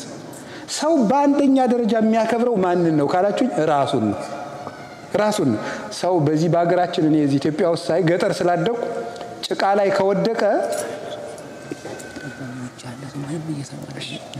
ላይ ከወደቀ ሰው ምን ያደርጋል መሰላችሁ? ወድቆ አሞት ህመሙን ሳያስብ ሰውን ነው ቀና ብሎ የሚያየው። ሰው ስቆብኛል ወይ ነው እንዴት ለክብሩ እንደሚጨነቅ ታውቃላችሁ? ህፃናት ዕቃ ይደፉና ጎሽ ጎሽ ልጄ ምንም አላረክም ስንላቸው ይስቃሉ። ቀና ብለው ፊታችን ነው የሚያየው። ይድፋህ ካለው ያለቅሳል። ለምንድነው ሰው ለክብሩ ይጨነቃል? እና ሰው ሰማት ክርስቶስ። አንደኛ ልብ ብላችሁ አሁን ሰው በዚህ ዓለም ዛሬም ራሱ ሰው ያጣ ምንድነው? የሚሰማው ነው ያጣ። የሚሰማው አጣ። የት ያውጋ? የሚሰማው ስላጣ እኮ ነው ቲክቶክ ላይ እየሄደ የሚለፈልፍ። የሚሰማው አጥቷል። ባል ሚስቱን አይሰማም፣ ሚስትም ባሏን አትሰማም። ንስሐ አባቶችም አይሰሙም፣ ካህናትም አይሰሙም፣ አያዳምጡትም። ሰው ችግሩን ማዳመጥ ራሱ አንድ ፈውስ እንዴ! የሳይኮሎጂ ህክምና እኮ አንዱ ምንድነው? ማዳመጥ። ሐኪም መጀመሪያ ምንድነው የሚያደርገው? ነጭ ልብስ መልበስ። ነጭ ልብስ ጋውን የሚለብሱ ለምንድነው ሐኪሞቹ? ነጭ ተስፋን ስለሚሰጥ የሰውየውን አይምሮ ስለሚባርክ። ከዚያ ማዳመጡ አንዱ ህክምና ነው። ያዳምጠዋል። የባንክና የህክምና ሳይኮሎጂ አታውቁም? ባንክ ላይ አሁን የባንክ ሰራተኞች ጥሩ ልብስ የመልበስ ግዴታ አለባቸው። ለምን? ሰውየው አይሰርቁኝም እንዲል ነው። እነሱ አሮጌ ልብስ ከለበሱ እንዴ ከሌላቸው የኔንስ ቢወስዱብኝ እንዳይል የልብስ ሳይኮሎጂ ነው ይሄ ራሱ ማለት ነው። ይሄ በደንብ በስልጣና ነው የሚሰጣቸው። በህክምና ደግሞ ጥሩ ልብስ ለብሶ ፊት ለፊት ተቀምጦ የሚያዳምጠው ሰውየውን የሚያክመው መጀመሪያ በእይታና በማዳመጥ ስለሆነ ነው። አሁን ሰውን አዳምጡ፣ ዝም ብላችሁ ስሙ። መፍትሄም ባይኖራችሁ እዚያ በኋላ ሳይነግር መፍትሄ ሳይጠይቅ ታክሞ ሁሉ የሚሄድ ሰው አለ። እና የማዳመጥ ችግር አለብን። እንደውም ቅዱስ ዮሐንስ አፈወርቅ ይሄን ዮሐንስ ወንጌል ምዕራፍ 4ን ሲተረጉም ክርስቶስ በቀትር ያዳምጥ ነበረ፣ አንተ ጥላ ውስጥ እንኳን አታዳምጥም ይላል። በቀትር ሰዓት በእስራኤል ፀሐይ በቀትር ሰዓት ቁጭ ብሎ ያዳምጥ ነበር። ረጅም ሰዓት ማለት ነው። እንዴት አሁን እንደዚህ ንስሐ አባት ማለት መምህር ማለት ይሄ ነው። በቀትርም የሚያዳምጥ ሳይመቸውም የሚያዳምጥ። እናንተም እንደዚሁ ወዳጆቻችሁን አዳምጡ፣ ማዳመጥ ልመዱ። ስንት ጆሮ አለን ዘመዶች? ስንት ጆሮ ነው ያለን? ስንት አፍ ነው ያለን? ምን ማለት ነው? ብዙ አዳምጡ፣ ጥቂት ምን በሉ ነው? ተናገሩ። ለጆሮ እዚህ ላይ አጥር አለው የለውም? የለውም። ለአፍ ግን ሁለት ጠንካራ አጥሮችን አስቀምጦበታል። አንደኛው ጥርስ በጣም መዝጊያ የሆነ አጥር ለምላስ ማለት፣ ሁለተኛ ከንፈር። ምላስ ምን ያህል ጎጅ መሆኗ የሚታወቀው ባስቀመጠላት አጥር ነው ይላሉ ሊቃውንት። ምላስ በጣም አንደበት በጣም ጎጅ ስለሆነ ኩን ጉንዱየ ለነቢብ ወፍጡነ ለሰሚዕ ያዕቆብ ምዕራፍ 1 ቁጥር 19 ላይ ለማዳመጥ የፈጠንክ ለመናገር የዘገየ ሁን። አንዳንድ ቃላትን ከምንናገራቸው ይልቅ ብናሰነብታቸው የሚሻሉ አሉ። ዝም ብንል መልካም የሚሆንበት ጊዜ አለ እና ጌታ አዳመጣት። ከዛ ቀጥሎ ምን አደረገች? ጌታዬ ነቢይ እንደሆን ካውቃለሁ አይመለከታለሁ አለችው። እኔ ነኝ አላት። ሲገባት ማሰሮዋን ጥላ ሕይወቴን የነገረኝን ሰው ኑ ላሳያችሁ እያለች ወደ ከተማው ሄደች። ማሰሮዋን ጥላ ወደ ከተማ ሄደች። ኑ ሕይወቴን የነገረኝን ሰው ላሳያችሁ እያለች ሰብስባ ይዛ መጣች። ፈሪሳውያንን ለመዝለፍ ነው በአንድ በኩል። እኛ መምህራኑ ተቀምጠን እንዴት ማንን ነው እስቲ እናያለን ማንን እንደሚመርጥ ሲሉ፣ እንደገና ደግሞ አገልጋዮችንም ለመዝለፍ ክርስቶስ የሰው ችግር የለበትም። አንዲቱ ሴት መላውን ሳምራውያን ሰብስባ ይዛለት መጣች። የመምህር ችግር የለበትም እሱ። ከፈለገ አንዲቱን ውሃ ቀጅ ወስዶ አገሩን ሰብካ እንድታመጣው ያደርጋል። እሱ ቸግሮት አያውቅ። የእኛንም መመጻደቅ ለማጥፋት ነው። ካህናቱንም እስቲ በሉ በቃ ይችን ካላደረጋችሁ ማን እንደሚቀድስና ያለን የሚለውን ሁሉ ነው። ውሃ ቀጁን ሁሉ ይሰበስበዋል። ክርስቶስ ምን ቸገረ? ሚካኤልን መጥቶ አቁረብ ይለዋል። እሱ ምን ቸገረዋል? ሁሉ እኮ ነው። አዚ ዓለም በራሁ ሁሉ ዙስተዲ ሆኔ መስተብቁ የሚባል ጸሎት አለና ካህናት ሲጸልዩት ለካህናት ነግራቸዋል። ዘይዝ ኩሎ የሚለው በጣም ነው ደስ የሚለኝ። ሁሉን የሚይዝ ዘይዝ ኩሎ እግዚአብሔር አምላክ ነው መጨረሻው ነውና ለካህናት እናገራለሁ። ከቃሉ ጋር ናችሁ? እግዚአብሔር ከሁላችን ጋር ይሁን። ውሃ ከዚህ በኋላ እቺ ሴት ውሃ እንስራዋን ያዘችና ተተወችውና ወደ ከተማው ሄደች። ደቀ መዛሙርቱ መጡና እንጀራ ብላ አሉት። አልበላም ማለት በየመብል ዘይት አምር ዋንቱም እናንተ የማታውቁት ምግብ አለኝ አላቸው። ቦኑ ዛም ጻሎቱ ሰው ሌላ ሰው አምጥቶለት ወይ መዛት ቢሲት ወይም ያቺ ሴት አምጥታለ መሆን አለበት አሉ ሐዋርያት። አይ መብል የሰገቢረ ፈቃዱ ላዌ የኔ መብል የአባቴን ፈቃድ መፈጸም ነው። አንድ ታሪክ ላስታውሳችሁና ትምህርቴን እየጨረስኩ ነው። ጌታ ከዚህች ሴት ውሃ ጠጥቷል አልጠጣም? አልሰማችሁም እንዴ? ጠጥቷል አልጠጣም? ስጭኝ አለ። ጠጥቷል። ግን በኋላ ለምን አልጠጣም ይመስላችኋል? አልጠጣም። ልነግራችሁ የፈለኩት ዛሬ እሱን ነበር። አልጠጣም። ምክንያቱም የጠማው ውሃ አልነበረም፣ የእሷ መዳን ነበር የጠማው። ሳይጠጣ የቀረ ለዚህ ነው። እና ለዚህ ነው ቅዱስ ዮሐንስ አፈወርቅ ምግብም አልበላም ረሃቡ የሰው መዳን ነውና ይላል። ውሃም አልጠጣም የተጠማው ሰው ነውና ይላል። እሷ ስትድንለት ውሃ መለመኑን ተወው ማለት ነው። እሷ ስትድን በቃው። ልብ በሉ። ለክርስቶስ በዓለም ላይ ያለውን ወርቅና ዕንቁ አምጥታችሁ ከምሩለት፣ ምንም አያስደስተው። አንድ ኃጢአተኛን ሰው ግን መልሳችሁ አምጡለት፣ እንደበላ እንደጠጣ ሁሉ ደስ ይለዋል። በከመ ይጎጉ ጽሙ ለሰትየ ማይ ከማዊ ይጎጉ ክርስቶስ ለምሕረቱ ለሳይል። የተጠማ ሰው ውሃውን ሊጠጣ እንደሚቸኩል ክርስቶስ ምሕረትን ለማድረግ እንደዚህ ይቸኩላል ይላል። ምሕረትን ለማድረግ እንዲቸኩላል እና የዚህን ያህል እንደሚፈልጋችሁ ግን ታውቃላችሁ። ቆይ አንድ ቀን በደንብ ውሃ እንዲጠማችሁ አድርጉ። የቤት ስራ ልስጣችሁ። እየጠማችሁ ታውትና እስኪ ዋሉ አንድ ቀን በደንብ አድርጋችሁ ውሃ ይጥማችሁና በዚህ መጠን ክርስቶስ እኔን ይፈልገኛል ብላችሁ አስቡ። ውሃ ተጠሙና ውሃውን ቀርታችሁ ፊት ለፊት አስቀምጡት። ምን ያህል እንደሚያስቸኩለን በዚህ መጠን ክርስቶስ ሰውን ለማዳን የሚቸኩለው። የተሰቀለ ጊዜ በጲላጦስ አደባባይ ተከሶ ሲቆም ጲላጦስን አይሁድን ቢከራከራቸው በጲላጦስ ፊት መርታት ይችላል አይችልም? ከዚያ በፊት አረታቸውም እንዴ? በመባይቱ መኑ ትገብር ዘንድ አሉት። በምን ስልጣን ነው እንደዚህ የምታደርገው? ግን አንተ ገበያ የምትፈታ ከመቅደስ ያለውን የምታወጣ በምንድን ነው አሉት። ጥምቀቱ ለዮሐንስ ማይቴቲ የዮሐንስ ጥምቀት ከሰማይ ነው ከምድር ነው አላቸው። ከምድር ብንለውሳ ህዝቡ ይወግረናል፣ ከሰማይ ቢሆንሳ ለምን አላመናችሁበት ነው? አናውቅ ማለት ረታቸው ማለት ነው። ሌላ ጊዜ ለምንድን ነው ግብር ማትከፍለው ብለው ደግሞ ጠየቁት። ለቄሳር ግብር እንክፈል ወይ ብለው ጠየቁት። ለቄሳር ግብር እንክፈል ዘመኑቱ መጽሐፎ መልኩ ሳንቲሙ ላይ የተቀረጸው የማን ስም ነው አላቸው። አስቸግረው አይደል የመጡት? ይውላችሁ የዚህም ዘመን ሰው እኮ አስቸጋሪ ነው።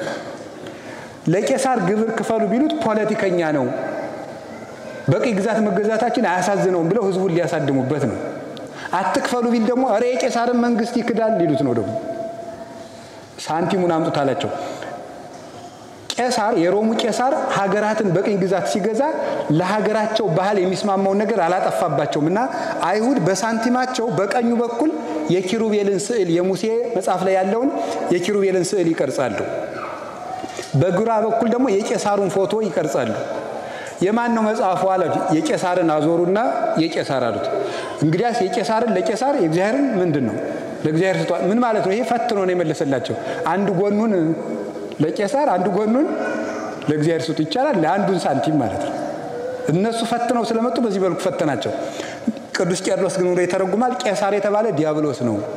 እናንተ የእግዚአብሔር መልክ ናችሁ፣ የኔ መልክ ናችሁ፣ ለኔ ሁኑ፣ ኃጢአትን ለዲያብሎስ ተውለት ማለቱ ነበር ይላል። እንዲህ አድርጎ ሲረታቸው ኑሯል። ግሩም ጊዜ ብዙ ጊዜ ክርስቶስ ወልደ መኑ ውእቱ ክርስቶስ የማን ልጅ ነው ብለው ጠየቁት። ወልደ ዳዊት አላቸው አሉት። እነሱ ዳዊት ክርስቶስ የዳዊት ልጅ ከሆነ እንዴት ጌታዬ ብሎ ጠራው አላቸው። ዝም ረታቸው። ሌላ ጊዜ አንተ ራስህ ለምንድን ነው ግብር የምትከፍል ብለው ጠየቁት። የነገስታት ልጆች ግብር ይከፍላሉ እንዴ አላቸው። መልስ ነው ይሄ ታውቃላችሁ። ግን የነገስታት እንግዲያማ እኔም የንጉሠ ነገስት የአብ ልጅ ስለሆንኩ ግብር አልከፍልም እያላቸው ነበር። ከዚያ በኋላ ክፈል አሉት። ነገር ግን ቅዱስ ጴጥሮስን ሂድና ህዝቡ እንዳይታወቁ ከባህር ሂድና አሳ አምጥተህ ክፈል አለው። ምን ማለቱ መሰላችሁ?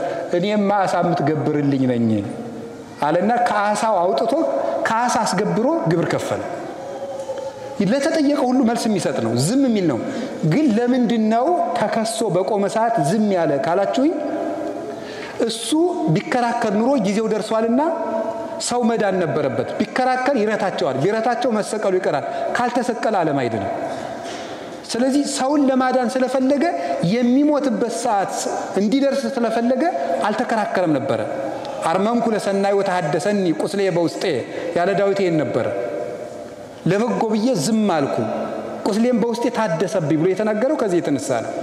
ስለዚህ ክርስቶስ አርብም የሰው መዳን ነበር የተጠማው። በመስቀል ላይ ሆኖ ጸማይኩ ተጠማሁ ያለው ውሃ አልነበረም፣ የሰው መዳን ጠማኝ ማለቱ ነበር። እነሱ ግን ሐሞት አቀረቡለት። መዳንን ይውላችሁ ተጠማው ሲል ሐሞት ማቅረብ ማለት ክርስቶስ እናንተ እንድትድኑ ፈልጋለሁ እያለ ያንን ፍላጎት ዘግቶ መራራ ኃጢአት መስራት ማለት ነው። ለኛ ሲተረጎም ሐሞት ማጠጣት ማለት ነው። የክርስቶስ መጠጡ የኛ ድነት ነውና፣ የክርስቶስ ምግቡ የኛ ምንድነውና መዳን ነውና። እና ወገኖች ክርስቶስ እንደ መብል እንደ መጠጥ ሰው ይርበዋል፣ ሰው ይጠማዋል። ሰው እንሁን፣ እንመለስ። የማይረቡ ነገሮቻችንን አራግፈን እንጣል። ከማይረባ ነገራችን ካጓጉል የህሊና ድህነታችን መውጣት አለብን። ይሄን ነው ልነግራችሁ ፈልገው። የማያስጠማ ውሃ እርሱ ነው። ሁለት ጉዳዮችን ልንገራችሁ። ከውሃ ጉድጓድ የውሃውን ጉድጓድ ሁለተኛ መተርጎም ስለሚያስፈልግ ነው። የውሃ ጉድጓድ የተባለች ቤተክርስቲያን ናት። የውሃ ጉድጓድ የምትባል ቤተክርስቲያን ናት። ከውሃ ዳር መቀመጡ ጌታችን መድኃኒታችን ኢየሱስ ክርስቶስ አንድ የአበውን በረከት ለማክበር ነው። የአብርሃምን የይስሐቅን የያዕቆብን ክብር ለመግለጥ ነው። ያ ውሃ የአበው ውሃ ስለሆነ። ሁለተኛ ደግሞ ያዕቆብ ሚስቱን ያጨ ከምን ዳር ይመስላችኋል? ከውሃ ዳር ነው። ይስሐቅ ሚስቱን ያጨ ከምን ዳር ነው? ከውሃ ዳር ነው። አታነቡም እንዴ? እስራኤል ተቀምጣችሁ ይሄን ካላነበባችሁ ተመስገን ነው። አንደኛ ይስሐቅ ሚስቱን ያጫት የት ነው? ከውሃ ዳር አይደል እንዴ? አዎ፣ በያው ብር አማካኝነት ማለት ነው። ይስሐቅ ሚስቱ የታጨችለት ርብቃ ከየት ዳር ነው? ከውሃ ዳር። ያዕቆብ ራሔልን ሚስቱን ያጫት ከየት ነው? ከውሃ ዳር። ሙሴ ሚስቱን ያጫት ከየት ዳር ነው? ከውሃ ዳር። ኦሪት መቼም ይሆና ብላችሁ ነው አይደል? ኦሪት ዘጸአት ምዕራፍ 2 ላይ ነው ያለው ማለት ነው። ኦሪት ዘጸአት ምዕራፍ 2 እንደምናደርገው ሙሴ ሚስቱን ያገኛት ከውሃ ዳር ነው። ስለዚህ ያበው ሚስቶች የታጩት ከምንድን ነው? ከውሃ ዳር ማጨት። እስኪ ከውሃ ዳር ማጨት በሉ እንጂ ሰርግ ስላለ ወንጌሉም ወደዚያው ይሄድ ብዬ ነው። ይሄዳል፣ በምስጢር ይሄዳል። እስኪ ከውሃ ዳር ማጨት በሉ። ከምን ዳር? ከውሃ ዳር ማጨት ማለት ነው። በጣም ግሩ። ሚስት የሚታጨው ከውሃ ዳር ነው። እንግዲህ ምን ማለት ይመስላችኋል? ምን ማለት ይመስላችኋል? ባልና ሚስት ማንና ምን የሚወክሉት? ክርስቶስንና ማንን ነው? ክርስቶስንና ወይም መለኮትንና ተስብእትን። ባል ምንን ይወክላል? መለኮትን ይወክላል። ሚስት ምንን ትወክላለች? ተስብእትን ወይም ስጋን፣ መለኮት የለበሰውን ስጋ ይመስላሉ። መለኮትና ስጋ በተዋሂዶ አንድ እንደሆኑ ባልና ሚስት ዛሬ አንድ ይሆናሉ። ሲጋቡ አንድ ነው የሚሆኑት። ስንት አይደሉም? አቤት፣ አንድ ነው፣ ሁለት አይደሉም። የነሱ አንድነት ለመለኮትና ለትስብእት አንድነት ነው። ባልና ሚስት ከተጋቡ በኋላ ቢፋቱ ምን እንደካዱ ይቆጠርባቸዋል? የክርስቶስን ተዋህዶ እንደካዱ ነው የሚቆጠርባቸው። ሚስትን መፍታት ወይም ባልን መፍታት ይሄን ያህል ነው። ክብሩም ይሄን ያህል ነው። ሰው ሚስቱን ማያከብራት፣ ሚስትን ባሏን የማታከብርበት ምክንያት ትዳራቸው የተዋህዶ ምሳሌ እንደሆነ ምን እያደረጉ እንደሆነ ስለማይገባቸው ነው። ማግባት ማለት የመለኮትና የትስብእትን ተዋህዶ በተግባር መግለጥ ማለት ነው። ከዚያ በኋላ የግል ገንዘብ የለም፣ አንዱ ነዋል። ሌላው ቀርቶ ያንተ እናት እንዲህ ብለው፣ ያንቺ እናት እንዲህ ብለው ራሱ አይባልም። እኛኛይቱ እናታችን እንዲህ ብለው፣ እገሊት የሚባሉ እናታችን ይባል። የእሷ እናት የለችም፣ የእሱ ጭምር ናት። የእሱ እናትም የለም፣ አንድ ናቸው። ገንዘብም የገሌ የሚባል የለም። ቅዱስ ዮሐንስ አፈወርቅ ቆሮንቶስን በተረጎመበት ድርሳኑ አንድ የሚያስደንቅ ነገር ይናገራል። ሰው ሲያገባ ቃል ስጋ ሲሆን ራሱን ለተዋህዶ ለኩነተ ስጋ ሰጥቶ ከስጋ ጋር ተዋህዷል። ባል ለሚስቱ ራሱን ነው የሚሰጣት፣ ሚስትም ለባሏ ራሷን ነው የምትሰጠው። ሳንቲም ቢደብቁ ግን በደንብ ልብ ብላችሁ ነው የቅዱስ ዮሐንስ አፈወርቅን ትምህርት። ከሰውና ከገንዘብ ማን ይበልጣል? አቤት፣ ሰው ይበልጣል አይበልጥም? አቤት፣ ይበልጣል። በጣም ግሩ። አንድ ሰው ባል ሲያገባ ለሚስቱ ምኑን ነው የሚሰጣት? መጀመሪያ እንደውም በአማርኛ ሊቃውንቱ ትርጓሜ ሲተረጉም ብለው ይተረጉሙታል። ባል አካሉን ለእናቱ ገልጦ አያሳይም። ለማን የሚገልጠው? ለማን የሚገልጠው? ያሳደገችው እናቱ አካሉን አታውቀውም። ከዚያ በኋላ ከሆነ ጊዜ በኋላ ሚስት አካሏን የምትገልጠው ለማን ነው? አሁን ተመልከቱ፣ ራሱን ሰጠ ማለት ነው። ያልሰጣት ምን አለ? ከዚያ በኋላ ግን ይሄኛው ገንዘቤ የግሌ ነው ብትሉ ይላል፣ ካንተ ይልቅ ገንዘቡን እንዳስበለጥከው ተመልከት ይላል። አንተ ሰው ምን ያህል ራስክን እያዋረድክ እንደሆነ ታውቃለህ ይላል። እንዴት አድርጎ ነው ያዋረደው? ራስክን ሰጥተህ ሳንቲም የምትሸሽጋት ከሆነ ከኔ ገንዘብ ይበልጣል ብለህ ራስን ሰደብክ ይላል። ይሄ ነው ተዋህዶ ማለት። ስለዚህ ከውሃ ዳር መታጨት የክርስቶስን ተዋህዶ ስለሚወክል ከውሃ ዳሩን ኋላ አልተረጉምላችሁ ነው። ትዳር የመለኮትና የትስብእት ምሳሌ ነው። እንደገና ደግሞ ትዳር የክርስቶስና የቤተክርስቲያን ምሳሌ ነው። ባልና ሚስት የክርስቶስና የቤተክርስቲያን ምሳሌ ነው። እኔ ይህን ነገር ስለ ክርስቶስና ስለ ቤተክርስቲያን እለዋለሁ ብሎ ቅዱስ ጳውሎስ ኤፌሶን 5 ላይ እንደነገረን ክርስቶስና ቤተክርስቲያን በመስቀል ነው የተዋሃዱት። የአዳም ሚስቱ ከየት የተፈጠረች ይመስላችኋል? ከእኔ የተፈጠረችው ጥያቄው ቀሎባችሁ ነው መልሱት እንጂ የአዳም ሚስቱ ከምን አካሉ ነው የተፈጠረችው? አቤት ከግራ የሚል የታነበባችሁ ከጎኑ ነው። ከጎኑ የሚል ነው እንጂ ከግራ ጎኑ ይላል መጽሐፍ አይልም። ግን በታሪክ በትውፊት ትሰማላችሁ። ግን ምን ይላሉ አባቶቻችን? አይ ሔዋን የተፈጠረችው ከቀኝ ጎን ነው ይላሉ። ከግራ ጎን የተባለችበት ምክንያት ደም ያለ ልብ ያለ ቤት ነው። በግራ ደም ያለ የት ነው? ልብ። ሴትም ደም ይፈሳታል ለማለት ከግራ ተባለች እንጂ ከቀኝ ነው። ለምን? ቀኝ ለመርዳት ፈጣን እንደሆነ ሴቶችም ለመርዳት ፈጣን ናቸው ይላል። ለዚህ ተፈጥረዋል። ከጎን ነው የፈጠረው፣ ከቀኝ ጎን። በምን እናውቃለን ሲባል በጌታ ስቅለት ጊዜ ነው የምናውቀው። አዳም ሚስቱን ሔዋንን ከቀኝ ጎኑ እንደተፈጠረችለት ክርስቶስ ሙሽራው ቤተክርስቲያንን ከቀኙ በፈሰሰ ደም መሰረታት ነው። ስለዚህ ሚስት የቤተክርስቲያን ምሳሌ ነው። በክርስቶስ ደም ነው የተመሰረተችው። ያዕቆብ ሚስት ራሔል ትባላለች። ሊያ ደግሞ ሌላይቱ ሚስቱ ናት፣ እህቷ። እና አንድ ጊዜ ራሔል በወለደች ጊዜ ያዕቆብ ፍቅር ወደ ራሔል ተመልሶ ነበር ሊያን ትቶ። ራሔል ነፍሰ ጡር ሆና ሳለ የሊያ ልጅ ሮቤል ያለ ጊዜው የደረሰ እሸት ይዞላት መጣ። ያንን እሸት ይዞላት ሲመጣ ሴቶች ነፍሰ ጡር ሲሆኑ ያዩት ምግብ ሁሉ ሊያስፈልጋቸው ይችላል፣ ጠባያቸውም ይለዋወጣል። እና አዲስ ነገር ስለሚወዱ ያንን እሸት ስጭኝ አለቻት። ባልሽ ከኔ ጋር እንዲያደር ፍቀጅና ልስጥሽ አለቻት። ብቻ ስጭኝ እንጂ ይደር አለቻት። ያዕቆብ ዶ የዚያለት ከራሔል ጋር ከሊያ ጋር አደረ። የዚያለት ማንን ወለደች? ይሳኮር ማለት አስቤ ማለት ነው ሲተረጎም። ከዕብራይስጥ ወደ አማርኛ ሲመጣ ዋጋዬ ማለት ነው። በእሸት ያገኘው ልጄ፣ እሸት ሰጥቼ የወለድኩ ማለት ነው።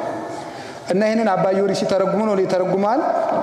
ወበከመ እጸኮል ዘአይተዋ ሮቤል ለልያ እሙ ወተጸንሰ ይሳኮር ወስመ ይሳኮር አስቤ ብሂል ከማው ተጸንሱ መሃይምናን እምቤተ ክርስቲያን ቅድስት ዘተመርአዋ ወልድኪ ብሎ ይናገራል። በእሸት የተገዛው ይሳኮር እንደተጸነሰ ሁሉ እንደዚሁ በማህፀንሽ ፍሬ በኢየሱስ ክርስቶስ ዛጸርዎ ማለት አይሁድ የጠመቁት ወይን ማለት ነው፣ የሰቀሉት ሲል ነው። ዛጸርዎ ዕብራውያን በሊቶስጥሮስ መካን በሊቶስጥሮስ አደባባይ በልጁ አይሁድ በሰቀሉት በማህፀንሽ ፍሬ በኢየሱስ ክርስቶስ ዋጋነት ምእመናን ከቤተ ክርስቲያን ማህፀን ቀራንዮ ተጸነሱ ይላል። ስለዚህ ቤተ ክርስቲያን የተወለደችው የተሞሸረችው መቼ ነው ከተባለ ዓርብ ነው። ክርስቶስና ቤተ ክርስቲያንን ያዋሃዳቸው ደሙ ነው፣ የክርስቶስ ደም ነው። ባልና ሚስትን አንድ የሚያደርጋቸው ቁርባን ነው። እንዲያውም ቅዱስ አግናጢዮስ የማይቀደስባት ቤተ ክርስቲያን በረት ናት ይላል። ወይም ደግሞ ዝም ብሎ ሲምፕል ኦርጋናይዜሽን ተራ ስብስብ ናት ይላል። ቃል በቃል ከራሱ ድርሰት የወሰድኩት ነው። ዝም ብሎ ተራ ድርጅት ናት፣ መዋቅር አጥር ናት። ቤተ ክርስቲያን ካልተቀደሰባት በረት ናት። ቁርባንም ትዳርም በቁርባን ካልከበረ በረት ነው፣ ተራ ጓደኝነት ነው፣ ተራ ኑሮ ነው፣ አያጸድቅም። ስለዚህ አግብታችሁ ያልቆረባችሁ ሰዎች መቁረብ አለባችሁ። በፍትህ መንፈሳዊ እንዲሁም አባቶቻችን የፈረስ የበቅሎ ጋብቻ ነው ያለ ቁርባን የሚደረገው ብለዋል። ስለዚህ አሁን ወደ ስጋው ደግሞ መምጣት አለባችሁ። ትዳራችሁ ቅዱስ እንዲሆን ባልየውም በክርስቶስ ሚስቱን በቤተክርስቲያን እንድትመክሰል። ክርስቶስ ቤተክርስቲያንን ደሙን ማጫ አድርጎ ነው የሰጠ። ቅዱስ ያሬድ በዝማሬው ሕጽያ ለቤተክርስቲያን ይለዋል። ደሙን የቤተክርስቲያን ማጫዋ ጥሎሿ ደም ነው ይላል። ባል ለሚስቱ ቀለበት አስሮ ቀለበት ወርቅ ጥሎ ያገባታል። ክርስቶስ ግን ለቤተክርስቲያን የሰጣት ጥሎሽ የገዛ ደሙ ነው ይላል። ይሄ ማለት ባል ለሚስቱ እስከመጨረሻው ራሱን ይሰጣል ለማለት ነው። የቤተክርስቲያን የክርስቶስ ድርሻው ምንድነው? በደንብ ስሙ። የክርስቶስ ድርሻው ያላገባችሁ ሁሉ ስሙ። ተፋታችሁ ኋላ ሳይገባችሁ አግብታችሁ ተፋታችሁ ከምናገኛችሁ ዛሬ ብትሰሙ ይሻላል። ባል ለሚስቱ ሊያደርግላት የሚገባ ምንድነው? ይሄ ነው ስሙ። መጽሐፍ ቅዱስ የሚለው ባል ለሚስቱ ምን ሊያደርግላት ይገባል? እኛ እኮ ሳይኮሎጂ ሳንማር መጽሐፍ ቅዱሳችን ሳይኮሎጂን የሚያስንቅ ነገር ነው ያለው። ሴቶች ምንድነው ከባሎቻቸው የሚፈልጉ? ብትሉኝ ወበከመ ክርስቶስ አፍቀራ ለቤተ ክርስቲያን ከማሁ እደውኒ ያፍቅሩ አንስቲያሆሙ ክርስቶስ ቤተ ክርስቲያንን እንደወደዳት ባሎችም ሚስቶቻቸውን ይውደዱ። ስለዚህ ሚስት ከባሏ ምን ትፈልጋለች ቢባል መወደድ። እስኪ መወደድ በሉ ንገሩኝ እንጂ በሉ ንገሩኝ። አሁን ባልና ሚስት ሲጣሉ ሁሉ ጊዜ እወድሻለሁ ብለኸኝ አታውቅም እያለችኝ ይሉኛል እኔን ለምክር ሳገኛቸው እና ለምን አትልም?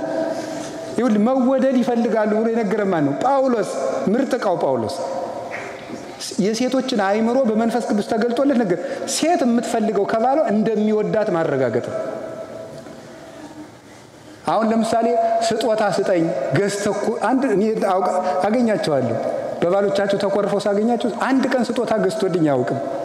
ገንዘቡ እኮ የጋራዋ እንደሆነ ታውቃለች፣ ግን ፍቅሩን ማረጋገጥ ስለምትፈልግ ነው። አሁንም እንደ ድሮ ይወደኛል ወይ ማለት ትፈልጋለች። ያንን በየጊዜው ማድረግ ወይስ ሰልችቶኛል ጠልቶኛል ወይ ማለት ስለምትፈልግ አይምሮአቸውን መጠበቅ፣ ንግግራቸውን በማዳመጥ ክብር በመስጠት ልክ ጌታችን ሴት እንደሰማት ሚስትን ማዳመጥ ሴቶች ሲሰሟቸው ስለሚወዱ ማለት ነው። እሺ ሴቶች ደግሞ ለባሎቻቸው ምን ያደርጉ? እኔ ምንም አልጨምርም፣ ቅዱስ ጳውሎስ የሚለውን ብቻ ነው ማመጣ። ወበከመ ቤተ ክርስቲያን ትጤዘዞ ለክርስቶስ ከማሁ አንስትኒ ተአዘዛ ለአምታቲክን ቤተ ክርስቲያን ለክርስቶስ እንደምትታዘዝ ሚስቶች ወይ ለባሎቻችሁ ታዘዙ። መታዘዝ ነው ባል የሚፈልገው ምንድነው? ባሎች ደግሞ አሁን እኔም ሳገኛቸው በንሳም በምክር ፈጽሞ አታከብረኝም ነው የሚሉ። በቃ ጥያቄ ማንኛውንም ባል ብትሰሙት በሚስቱ ያለው ቅሬታ አታከብረኝም ነው። በልንገራችሁ በሴቶች ዓለም ዝብዬ ሳነብ ነው የጣሊያን ሴቶች ይወደዳሉ አሉ። ለምንድን ነው አሉ? ወንድ መንከባከብ ስለሚችሉ፣ ካልሲውን ስለምታወልቅለት፣ ኮቱን ተኩሳ ስለምታለብሰው፣ እንደዚያ ስለምታረግልህ ክብሩን ስለምትገልጥለት ይወዳል። ማንኛውም ሰው እነሱን ማግባት ይፈልጋል። እና ኢትዮጵያ መተው በቅኝ ግዛቱ ጊዜ እነሱም የኢትዮጵያን ሴቶች ይፈልጉ የነበሩትና ብዙ ጊዜ ከኢትዮጵያውያንን ያገቡ የነበሩት ወታደሮች አንዱ እኮ በአድዋም ከዚያም በኋላም በጃንሆይ ጊዜ የሚሸነፉ የነበሩት አንዱ ወደ ሴቶች ይገቡ ነበር። ሴቶች ደግሞ የኛ ሴቶች አርበኞች ናቸው። ፈረንጆች ሲመጡ እያሳለፉ ይሰጧቸዋል። እና ያን የሚፈልጉበት ምክንያት ኢትዮጵያውያን ሴቶች ባሎቻቸውን በማክበር የታወቁ ስለሆኑ ነው። መጽሐፍ ቅዱሳው የዋጀን እንደሆነ የነሱን አላውቅም ከየት እንደመጡ። ስለዚህ ባልን ማክበር ሳራ ባሏን ጌታዬ ትለው ነበረ። ሞኝነት እኮ ነው እንጂ አሁን ደግሞ ይሄ ፌሚኒስት መጥቶ የለ እኩልነት እንዴ ምንድን ነው?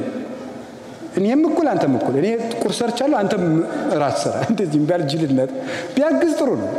እውነት ነው መተጋገር። ግን ይሄ አጉል እኩልነት ሴት እንደውም ባሏን ባሪያ አድርጋ መግዛት የምትችለው በፍቅር ነው። እሺ የምትለው ከሆነ እዚያ በኋላ እንደ በግ ሰሎሞን እንደሚለው እንደ በግ አንገቱን ይዛ እየጎተተች መግዛት ትችላለች። ከታዘዘችው እሺ የምትለው ከሆነ ውሳኔውን ካከበረችለት ሴት ባሏን መግዛት ቀላል ነው የሚሆንላት። የማታከብረው ከጓደኞቹ መካከል የምታዋርደው ውሳኔውን የምታቃልል እንግዳ ይዞ ሲመጣ የምታጉረመርም ጓደኞችን የምትነቅ ከሆነ ግን ያው እንግዲህ የሚመጣውን እናንተ ታውቃላችሁ። ስለዚህ ቤተ ክርስቲያን ለክርስቶስ እንደምትታዘዝ ሚስቶች ወይ ደግሞ የሚገርመው አንድ ነገር ይያዙልን። ከመዘለ እግዚእነ ለባሎቻችሁ ስትታዘዙ ለክርስቶስ እንደታዘዛችሁ እያሰባችሁ ታዘዙ ማለት ነው።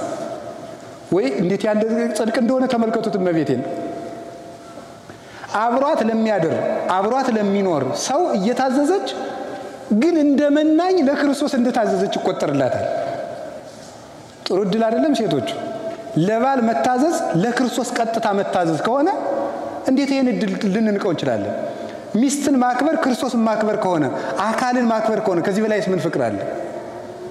እንደውም ምን ይላሉ ሊቃውንቱ ዮሐንስ አፈወርቅና ሰው ግን ለምንድነው ዘመድ የማያገባ ይልና አይ ዘመድ ነው፣ ሚስት ግን አካል ናት። ስለዚህ ሚስት አካል ስለምትሆን የምትቀርበው ከናቱ ከአባቱ ከዘመዶች ይልቅ ሚስት ስለሆነች ሚስት ዘመድ ይቀር ስለምትቀርበው ከሌላ ነው ማግባት ያለበት። እነሱ ይርቃሉ። ከሚስት ይልቅ በዝምድና እናት ትርቃለች ይባላል። የምትቀርብ ሚስት ናት። ሰው እናቱን ወይ ሀድግ ብእሲ አባሁ ወእሞ ወይ ተለዋ ለብእሲቱ ሰው እናት አባቱን ይተዋል ሚስቱንም ይከተላል የተባለ ከዚህ የተነሳ ነው። ከቃሉ ጋር ናችሁ? እግዚአብሔር ከሁላችን ጋር ይሁን። ባልና ሚስት የሚመሰሉት በዚህ ነው የሚመሰሉት። ሌላው በአካል ይመሰላሉ። እስቲ በአካል በሉ። ምን አላችሁኝ? ወንድ ምንድነው? ራስ በሉ። ሚስቱ ደግሞ ምንድናት? አካል። አካል ማለት የትኛው ነው? እስቲ ሁላችሁም አካላችሁን አሳዩ። ያዙ በእጃችሁ አካላችሁ። አካል የሚባለው የቱ ነው? አካል። እሺ ቦዲ የሚባለው የትኛው ነው? ከዚህ እስከዚህ ነው። እኔ እንደውም አንዳንድ ጊዜ ይገርማል። ለካ ያቺ ቦዲ የምትባለው ልብስም በዚያ ነው መሰል ይወጣል። ከዚህ እስከዚህ ናት። አያችሁ? እና አካል የሚባለው ከዚህ እስከዚህ ያለው ነው። አካል ይባላል። ይሄ አካል ነው። እና ቤተክርስቲያን አካል ናት የምትባል ይሄ ነው። ቢጋር እስከለተን የሚባለው ይሄ ነው። ሌሎች ምንድናቸው? ሴልስ ናቸው። እነዚህ ህዋስ ነው የሚባሉት። እጅ፣ እግር፣ ጸጉር፣ አይን፣ አፍንጫ እነዚህ ህዋስ ነው የሚባሉት። አካል የሚባለው ግን ይሄ ነው። አሁን አንድ ራስ አለ፣ አንድ አካል አለ። መሀል ላይ ምን አለ? አንገት። ስንት አንገት ነው ያለው? አቤት። እሺ ስንት ራስ አለ? ስንት አምላክ አለ? እሺ ስንት አካል አለ? ስንት ቤተክርስቲያን አለች? ስንት አንገት አለ? ስንት ሃይማኖት አለ? አንገት ሃይማኖትን ነው የሚወክለው ማለት ነው። አንገት ሃይማኖት አራይ ክኒ እህቴ መርአት በሃቲ ንብረተ ክሳድኪ ይላል መኃልየ ዘሰሎሞን ላይ። የንጉሥ ዳዊት ልጅ ሰሎሞን ሲናገር በመኃልየ ዘሰሎሞን እህቴ ሙሽራዬ ባንዲቱ ያንገትሽ አቀማመጥ አሳዘንሽኝ ይላል። ባንዲቱ ያንገትሽ አቀማመጥ ማለት አንገታችሁን እንዲህ ብላችሁ ሳትሉ 3 ቀን መቀመጥ ትችላላችሁ። ባንዲቱ ያንገትሽ አቀማመጥ አሳዘንሽኝ ያላት ከኔ በቀር ሌላ አምላክ አታምልክ የምትለው ናት። ይቺ አንድ አንገት የተባለች ራስንና አካልን የሚያገናኝ አንድ አንገት አለ። ባል ራስ ነው። ባልና ሚስትን አዋህዶ የሚያኖራቸው ሃይማኖት ነው። እስቲ ሃይማኖት በሉ። ምን አላችሁኝ? ሃይማኖት ነው። ባልና ሚስትን የሚያዋህዳቸው ሃይማኖት ነው እንጂ ሰውን ጠብቆ ማዳን አይቻልም ማለት ነው። መተማመን የሌለበት ትዳር ሁሉ ጊዜ ቁስል ነው። መተማመን አለባችሁ። ሚስታችሁን ለባላችሁ አሳልፈት ለእግዚአብሔር አሳልፎ መስጠት፣ ባል ለእግዚአብሔር አሳልፎ መስጠት። ሰውን በስልኩ ቴክስት እየጎረጎራችሁ ልትከታተሉት አትችሉ። ማንዳንት የደወለችልን ይሄ ማን ነው ቴክስት እያላችሁ ብትዳረቁ ጥቅማ ትርፍ የለው፣ መቁሰል ነው። ተውት በቃ። ሰውን ራሱን ለራሱና ለእግዚአብሔር ተውት። አባታችን አብርሃም ሳራን ለማን ነው የተዋት? ለእግዚአብሔር። ምንና ሲባል ሌላ ሀገር ምንድነው ያለ? ሌላ ሀገር ሄዶ እህቴ ናት። እህቴ ናት ያለ ምንድነው? እኔ እህቴ ናት ልበል፣ ሚስትነቷን ደግሞ እግዚአብሔር ይጠብቅልኝ ብሎ ነው። ጠበቀለት። ንጉሱ ሌሊት ይመጣ ታው የነብይ ሚስት ናት እንዳትደርሳት። ትዳርን ሃይማኖት ይጠብቀዋል እንጂ ጥርጥር አይጠብቀው። ስለዚህ በሃይማኖት ተዋህዶ መኖር ይገባል። ከቃሉ ጋር ናችሁ? ከቃሉ ጋር ናችሁ? እግዚአብሔር ከሁላችን ጋር ይሁን። በመጨረሻም ቀን አንድ ዕለት የሚባለው ስንት ሰዓት ነው? አቤት ስንት ሰዓት ነው? 24 ሰዓት። እሺ ቀኑ ስንት ይሆናል? ሌሊቱ ሰዓት ሁሉ ጊዜ ነው ግን ነው? ሁሉ ጊዜ 12 ነው አይደል? እኩል አይደለም። አሁን አንዳንድ ጊዜ ሌሊቱ ይረዝማል አይደለም እንዴ? 14 ሰዓት ድረስ ይሄዳል። በተለይ አሜሪካ እና አውሮፓ በክረምታቸው ጊዜ ጨለማው ነው የሚረዝመው። ጨለማው እየረዘመ ይሄዳል በክረምቱ ወቅት። አንዳንድ ጊዜ ደግሞ ምን ይሆናል? ብርሃኑ ይረዝማል። አንዳንድ ሰሞን ሚስት መልካም ትሆናለች፣ አንዳንድ ሰሞን ደግሞ ባል መልካም ይሆናል። ዙሮ ግን 24 ሰዓት ናቸው አይደል? ዙሮ ምንድነው? ትዳር ነው ማለት ነው። ሁሉ ጊዜ ሃይ ኤክስፔክቴሽን የሚባል አይደለም? ይሄንን ማስወገድ ነው። በቃ እንደው እሷ ጋር ከሆንኩኝ ገነት ነው ብላ አታስብ። እሱ ጋር ከገባው እንደው ተመስገን አይባልም። ሰው ስንት ነገር እኮ ይዞ ነው የሚመጣው። ያስተዳደግ ባክግራውንድ አለው፣ የእውቀት ባክግራውንድ አለው፣ የመንፈሳዊ ልህቀት ደረጃው ያነሰ ሊሆን ይችላል። ጓደኞቹ የሚጭኑበት ነገር አለው፣ አካባቢው የሚጭንበት ነገር አለው፣ ኑሮው ራሱ የሚጭንበት መንገድ አለው። ሰይጣን ራሱን የቻለ ፈተና ይጭንበታል። ሰው በዚህ ሁሉ መከራ ተከቦ የሚኖር ሰው ነው እና ስህተትን ማለፍ መልመድ አለብን። ስህተትን ማለፍ፣ ሰውን እንደ መልአክ አለመጠበቅ፣ እንዲሳሳት መፍቀድ ያስፈልጋል። ይሄው እንደሆነ ትዳሩ ቅዱስ ሆኖ ከእግዚአብሔር የሚያደርስ ይሆናል። ከቃሉ ጋር ናችሁን? ከቃሉ ጋር ናችሁ? እግዚአብሔር ከሁላችን ጋር ይሁን። እንደዚያ ከሆነ ከውሃ ዳር መታጨት ምንድነው? እስኪ አንድ ጊዜ በሉ ከውሃ ዳር መታጨት በሉ። ከውሃ ዳር መታጨት። ከውሃ ዳር መታጨት ማለት መሰላችሁ? ያዕቆብ የክርስቶስ ምሳሌ ነው። ይስሐቅ የክርስቶስ ምሳሌ ነው። ዮሴፍ የክርስቶስ ምሳሌ ነው። ውሃ የቃለ እግዚአብሔርና የጥምቀት ምሳሌ ነው። ጉድጓድ የቤተክርስቲያን ምሳሌ ናት።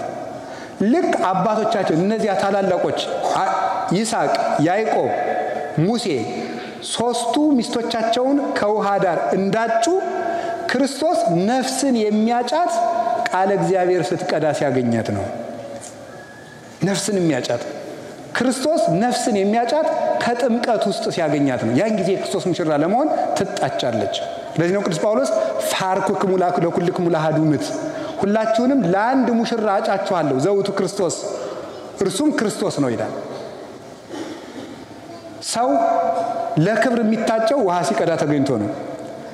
ለጵጵስና የሚታጨው ውሃ ሲቀዳ የተገኘው ነው። ውሃ ምንድነው? እወቁ እናንተ ቤተክርስቲያናችሁ ቃለ እግዚአብሔር አትሉ? ውሃ ምንድነው? ቃለ እግዚአብሔር በሉ። ጉድጓድ ማናት? ቤተክርስቲያን። ስለዚህ ውሃ ሲቀዳ የተገኘው ለክብር ይታጫል። ቃለ እግዚአብሔር ሲቀዳ የሚገኘውን ለሹመት፣ ለክብር፣ ለቅስና፣ ለዲቁና ያጩታል። እይኩን አሐዱሂ ቀሲሰ ዘያይመረ መጻሕፍተ አምላካውያተ ወፈድፋደሰ አርባዕተ ወንጌላተ። አምላክ ወዶ ያጻፋቸውን ቅዱሳት መጻሕፍትን ያልተማረ ቅስና አይሾምም። ይልቁንም አራቱን ወንጌል እንኳን ያልተማረ ዲያቆንም እንደዚሁ። ስለዚህ ውሃ ሲቀዳ የተገኘው ነው የሚመረጠው። በጥምቀት ያጨናል፣ በቃለ እግዚአብሔር ያጨናል። እናንተንም እንደዚሁ የሚያጫችሁ አንድ በጥምቀት ተገኝታችኋል። ሁለተኛ በሕይወታችሁ ዘመን ሁሉ ቃለ እግዚአብሔር ስትቀዱ የምትኖሩ ከሆነ ክርስቶስ እንደዚህ ሴት ለሙሽርነት ያጫችኋል። ቃለ እግዚአብሔር ሁሉ ጊዜ ቅዱ። ከዚያ የሕይወትን ውሃ ታገኙታላችሁ። የሕይወት ውሃ ያለው ራሱን ነው። አንድ ጊዜ ተጠጥቶ የማያስጠማ ውሃ ያለው ለምንድን ነው? ዓለም ሁሉን ነገር መልሳ ታስጠማናለች። ምሳሌ ልንገራችሁ። ኢትዮጵያ ያለ ሰው እስራኤል ብሄድ ቴልአቪቭ ቢኖር ጥሩ ነው ቢል ደግሞ መልሶ ደግሞ አይ ካናዳ ብሄድ ጥሩ ነው ያሰኛል። ካናዳ ብሄድ ደግሞ ኒውዮርክ መሄድ ያሰኛል። ደግሞ እዚያ ብሄድ አይ ሲንጋፖር ሊልም ይችላል። ሰው የማይለው ነገር የለም። ሰው እንደባከነ ነው የሚኖረው። ከተማ በመለወጥ ሰላም አይገኝም። እግዚአብሔርን በማግኘት ብቻ ነው ሰላም የሚገኘው። ልብስ አላረካ ብሎ የት እንደደረሰ ታውቃላችሁ?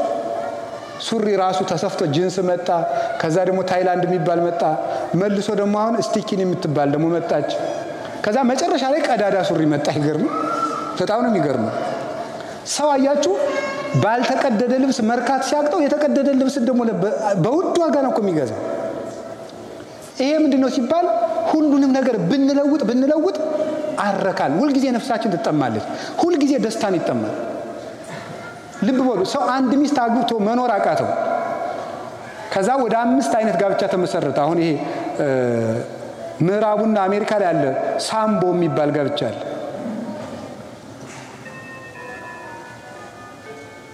ጋብቻ ወደ ስንት ነው የደረሰ? 12 ደርሷል አይነቱ አሁን ማለት ነው። ተጋብተናል ሲል አሜሪካ ብትሄዱ በምን ልትባሉ ትችላላችሁ? እና ያ ምንድነው? ሰው በቡድ 5 ሴትና 4 ወንድ አብሮ ይጋባሉ። ሴትና ወንድ አግብቶ መርካት አቃተው አይደል? ይሄን ምን አደረገ? ከሚስቱ ውጭ ሌላ ሄደ፣ ከባሏ ውጭ ሌላ ሄደች። በዚህም ደስታ ጠፋ። ምን ተደረገ? ብዙ ሴት ብዙ ወንድ ነው ተጋባ። በዚህም ደስታ ጠፋ። ምን ተደረገ? ሴትና ሴት ተጋባ፣ ወንድና ወንድ ተጋባ። በዚህም ደስታ ጠፋ። ሰዎች እንስሳትን አገቡ። እኔ አሁን ሳነብ ነበር አንድ የታተመ ጥናታዊ ጽሑፍ ነው።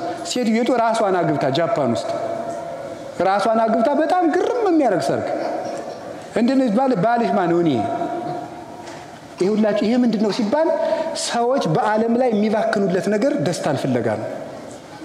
እና ደስታ ሰዎች የሚኖሩት ለደስታ ነው። ሌላው ቀርቶ ታውቃላችሁ፣ በጣም ብዙ የኢንተርኔት መተግበሪያዎች የመጡት ለምንድን ነው? ሰዎች መርካት ስላቃታቸው ነው። ሰዎች ብዙ ሰዎችን ካህን መሆን አያሰማው ነገር የለም። ብዙ ወጣቶች እየመጡ ሲነግሩኝ ይሰማለሁ ነው። ሌሊቱን ሙሉ ከፌስቡክ ወጥቶ ቴሌግራም፣ ከቴሌግራም ወጥቶ ዩቲዩብ፣ ከዩቲዩብ ወጥቶ ትዊተር፣ ከትዊተር ወጥቶ ኢንስታግራም፣ በዚህ ሁሉ ሲባክን 10 ሰዓት ሌሊት ይነጋል። ከዛ በኋላ እንደናወዘ ደግሞ የሚያስብበት ነገን አያስብ፣ ትናንት ትዝ አይለው፣ ዛሬ ትዝ አይለው፣ እቅድ የለው፣ የሰማይ ቤቱን አያስብ። ይሄ ሁሉ ምንድነው? ደስታ ፍለጋ ነው። እና የእግዚአብሔር ቤተሰቦች ልንገራችሁ፣ ደስታን መጥገብ ከፈለጋችሁ ያ ደስታ ክርስቶስ ነው፣ ሌላ የለም። ምንም ብትባክኑ በጣም ብዙ ዘፈኖችን ስላዳመጣችሁ ጭፈራ ቤት ስለሄዳችሁ ደስታን አታገኟትም። ደስታ ክርስቶስ ነው። እስመ ዘበኀቤከ ያዕርፍ ነጸሮተ ኩሉ ነባብያን። የአይኳትያን መላእክት የደቂቀ አዳም ሁሉ አይን የሚያርፈው አንተን ሲያይ ነው። የሰው ልቡ የሚያርፈው ክርስቶስን ሲያይ ብቻ ነው። ምንም ነገር ብታዩ ስታዩ ትኖራላችሁ እንጂ አይናችሁ ሊጠግብ አይችልም። እምናየው ክርስቶስን ያየለት ነው። አያችሁ እንደዚያ ሲል የጠገባል ሰው አልሰማችሁ? አረጋዊ ስምዖን ጌታን ታቀፋልና ምንድነው ያለው? ይዜ ተስዕሮ ለገብርከ፣ ዛሬ ባሪያህን ታሰናብተዋል። ለምን? እስመ ርእየ አዕይንተ ያድኅኖተከ፣ አይኖቼ ማዳንህን አይተዋል። በቃ ክርስቶስን ሲያይ ይሄ ሰው ምን አለ? እድሜ በቃኝ አለ። አንድ ሰው ሊረካ የሚችለው ክርስቶስን ሲያይ ነው። ልብ ልንገራችሁ፣ ከክርስቶስ እንዲደርስ የተፈጠረ መንገደኛ ነው። ከክርስቶስ ከምንድርስ ድረስ ልባችን ምንም ነገር ብናቀርብለት ሊረካ አይችልም። ልብስ ለውጡለት፣ ምግብ ለውጡለት፣ ጥሩ ቤት ስሩለት፣ ጥሩ መኪና ግዙለት፣ ልባችሁ ሊያርፍ አይችልም። የሚያርፈው ክርስቶስን ስታገኙ ብቻ ነው። የሕይወት ውሃ በሉ እስቲ። ምን አላችሁኝ? ምን አላችሁኝ?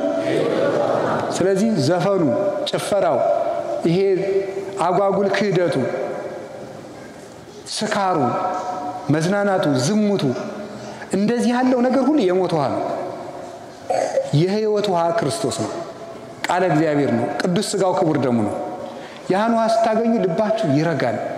በውከት ውስጥ በሰላም ትኖራላችሁ። ቅዱስ ዳዊት ያገኛትን ሰላም እናገኛታለን ሲል ሰምታችሁታል። ምንድን ነው ያለው? እግዚአብሔር ያፈርህ ተምንትኑ ያፈራሃኒ፣ እግዚአብሔር ምእመን አለ ሕይወቴ ወምንትኑ ያደነግጸኒ፣ እመኒ ጸብአኒ ተአይን ይፈራሃኒ ልቤ። እግዚአብሔር ብርሃኔ ነው፣ ምን ያስደነግጠኛል? እግዚአብሔር የሕይወቴ መታመኛዋ ነው። ከተማ እንኳን ቢከበኝ ልቤ አይደነግጥብኝም ይላል። እግዚአብሔርን ያላገኘች ነፍስ ደግሞ በቅጠል ኮሽታ ሁሉ ትደነግጣለች። ሰዎች ሁሉ ኃጢአታችንን ያወቁብን ይመስለናል። ቀድመን እኛ እንሸሻለን። ያ እንዳይሆን ክርስቶስ የሕይወት ውሃ ነው። ያ ልክ ራሱን ያጠጣ ውሃ ዘጸማ ይምጻ ሀቤ ወይስተይ፣ የተጠማ ቢኖር ወደ እኔ ይምጣ እንዲሁ ይጠጣ። በከመ ይቤ መጽሐፍ አፍላገማ ሕይወት ይውዝም ከርሱ፣ መጽሐፍ እንደተናገረ የሕይወት ውሃ ከሆዱ ይፈልቅለታል ብሏል። የሕይወት ውሃ የተባለውን ክርስቶስ ውሃ የሚሰጠንን 4 ጥቅም ከክርስቶስ ጋር ላያይዝና የትምህርት ማጠቃለያ ነው። እስቲ ውሃ በሉ። ውሃ አንደኛ ደብዳቤን ይደመስሳል። እስኪ በሉ ደብዳቤ ምን ያደርጋል? አቤት ደብዳቤ ጽፋችሁ ውሃ ውስጥ ብትጥሉት ምን ይላል? አቤት ኃጢአታችን ለክርስቶስ ስንናዘዝ፣ ለንስሐ አባታችን ስንነግረው የኃጢአታችን ደብዳቤ በማን ውሃ ውስጥ ነው የሚወድቀው? በክርስቶስ ውሃነት ነው የሚወድቀው። ውሃ ውስጥ የተጣለ ደብዳቤ መልሶ እንደማይነበብ ሁሉ አንድን ኃጢአት ለካህን ከተናዘዛችሁት በኋላ መልሶ አያስጠይቃችሁም። ለምን? የሚደመስሰው የሕይወት ውሃ ክርስቶስ ስለሆነ ነው። የማያስጠማ ምንድነው? አኮ ግብር ከመሊቃነ ካህናት ዘቀዲሙ ዛይ ላቀርቡ ቀድመ በኢንተርሶሙ ወድህረ በኢንተ ሕዝብ፣ አስቀድመው ስለ ራሳቸው በኋላ ስለ ሕዝቡ ዕለት ዕለት መስዋዕት እንደሚያቀርቡ እንደ ብሉይ ሊቃነ ካህናት መስዋዕት ዕለት ዕለት አያቀርቡም። ውእቱሰ ገብረ ዘንተ በምዕርሶ አርሶ፣ እርሱ ግን ራሱን አንድ ጊዜ መስዋዕት አድርጎ ባቀረበ ጊዜ ፈጽሞታልና ይላል። በምዕርሶ አርሶ አንድ ጊዜ የሚለውን ሲተረጉመው ቅዱስ ዮሐንስ አፈወርቅ ደካማ መድኃኒት ሲደጋገም ይኖራል ይላል። ሐኪሞች ጧት 3 ማታ 3 የሚሉት፣ ክርስቶስ ግን አንድ መድኃኒት ነውና አልተደጋገመም፣ አንድ ጊዜ ብቻ ተሰቀለ ይላል። ክርስቶስን ያገኘ ሰው ጽኑ ፈውስ ያገኛል። ጽኑ ፈውስ፣ ጽኑ ምህረት፣ ጽኑ ደስታ ያገኛል። የማይለዋወጥ ጊዜ ቦታ የማይለውጠው ደስታ ማግኘት ይቻላል።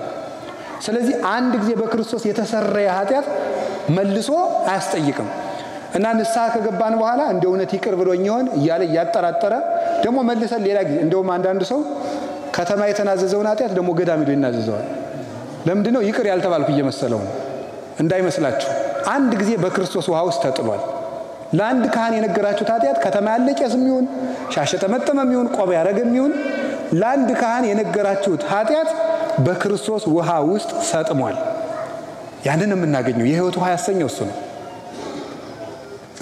ሁለተኛ ውሃ ደረቅን ያለመልማል። ይህ ማለት ምንም የማይረባ የሆነ ሰውን ክርስቶስ ለልምላሜ ለፍሬ ያበቃዋል። ቅዳሴ ስንገባ አንድ የሚባል ነገር ላስታውሳችሁ ደስ የሚል ነው። እመቦብሲ ብሎ ምንድን ነው? ዘዋ ቤተ ክርስቲያን በጊዜ ቅዳሴ ወይ ቆይ እስቲ ኩሉ ዘገብራ ለጽድቅ ጻድቅ ውእቱ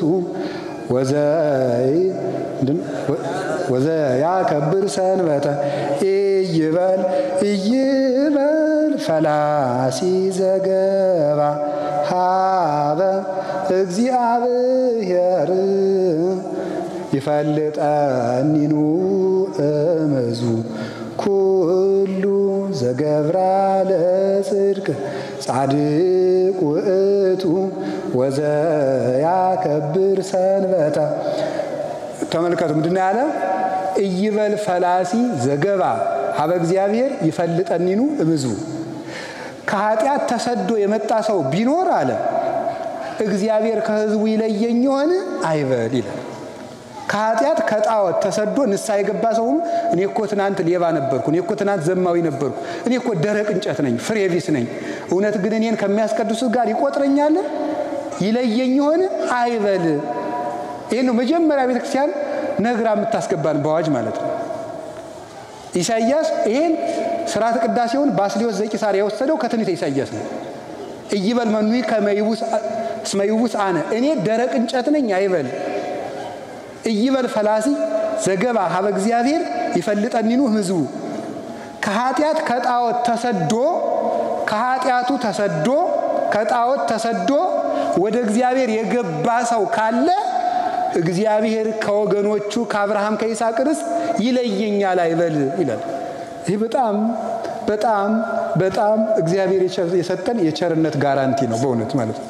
እግዚአብሔር የሰጠን የቸርነት መያዣ ዋስትና ነው። ይህን እንድታውቁ ነው የሚያስፈልገው። ስለዚህ ንስሐ ደረቅ ውሃ ደረቅን እንደሚያለመልም ክርስቶስ ተስፋ ያጣችን ነፍስ የሚያለመልም ነው፣ ለፍሬ የሚያበቃት።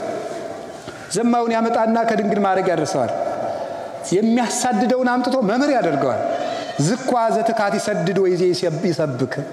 ትናንት ያሳደደው ሰውዬ ዛሬ ሰባኪ ሆነ ብለው አለ ቅዱስ ጳውሎስ። ወይስ የብህው ለእግዚአብሔር በእንቲአየ፣ እግዚአብሔርን በእኔ ምክንያት ያመሰግኑታል አለ። ሌባ የነበረውን መጽዋች ያደርገዋል። እና ተመልሸን ያረባም የሚለውን ሰይጣን እንድትቃወሙት ነው። ክርስቶስ የሕይወት ውሃ ነው ያልኳችሁ። ከቃሉ ጋር ናችሁ? ከቃሉ ጋር ናችሁ? ሶስተኛ ክርስቶስ ውሃ ምን ያደርጋል? እድፍን ምን ያደርጋል? አቤት ያነጻል፣ ያጥባል። አንዲት ኩሬ ብትሆን አራት በአራት ኩሬ ብትኖር ይሄ ሁሉ ሰው ቢገባባት ምን ትሆናለች መስላችኋል? ሁላችን ገብተን ብንታጣ ምን ትሆናለች? እዚያችኋል ትደፈርሳለች።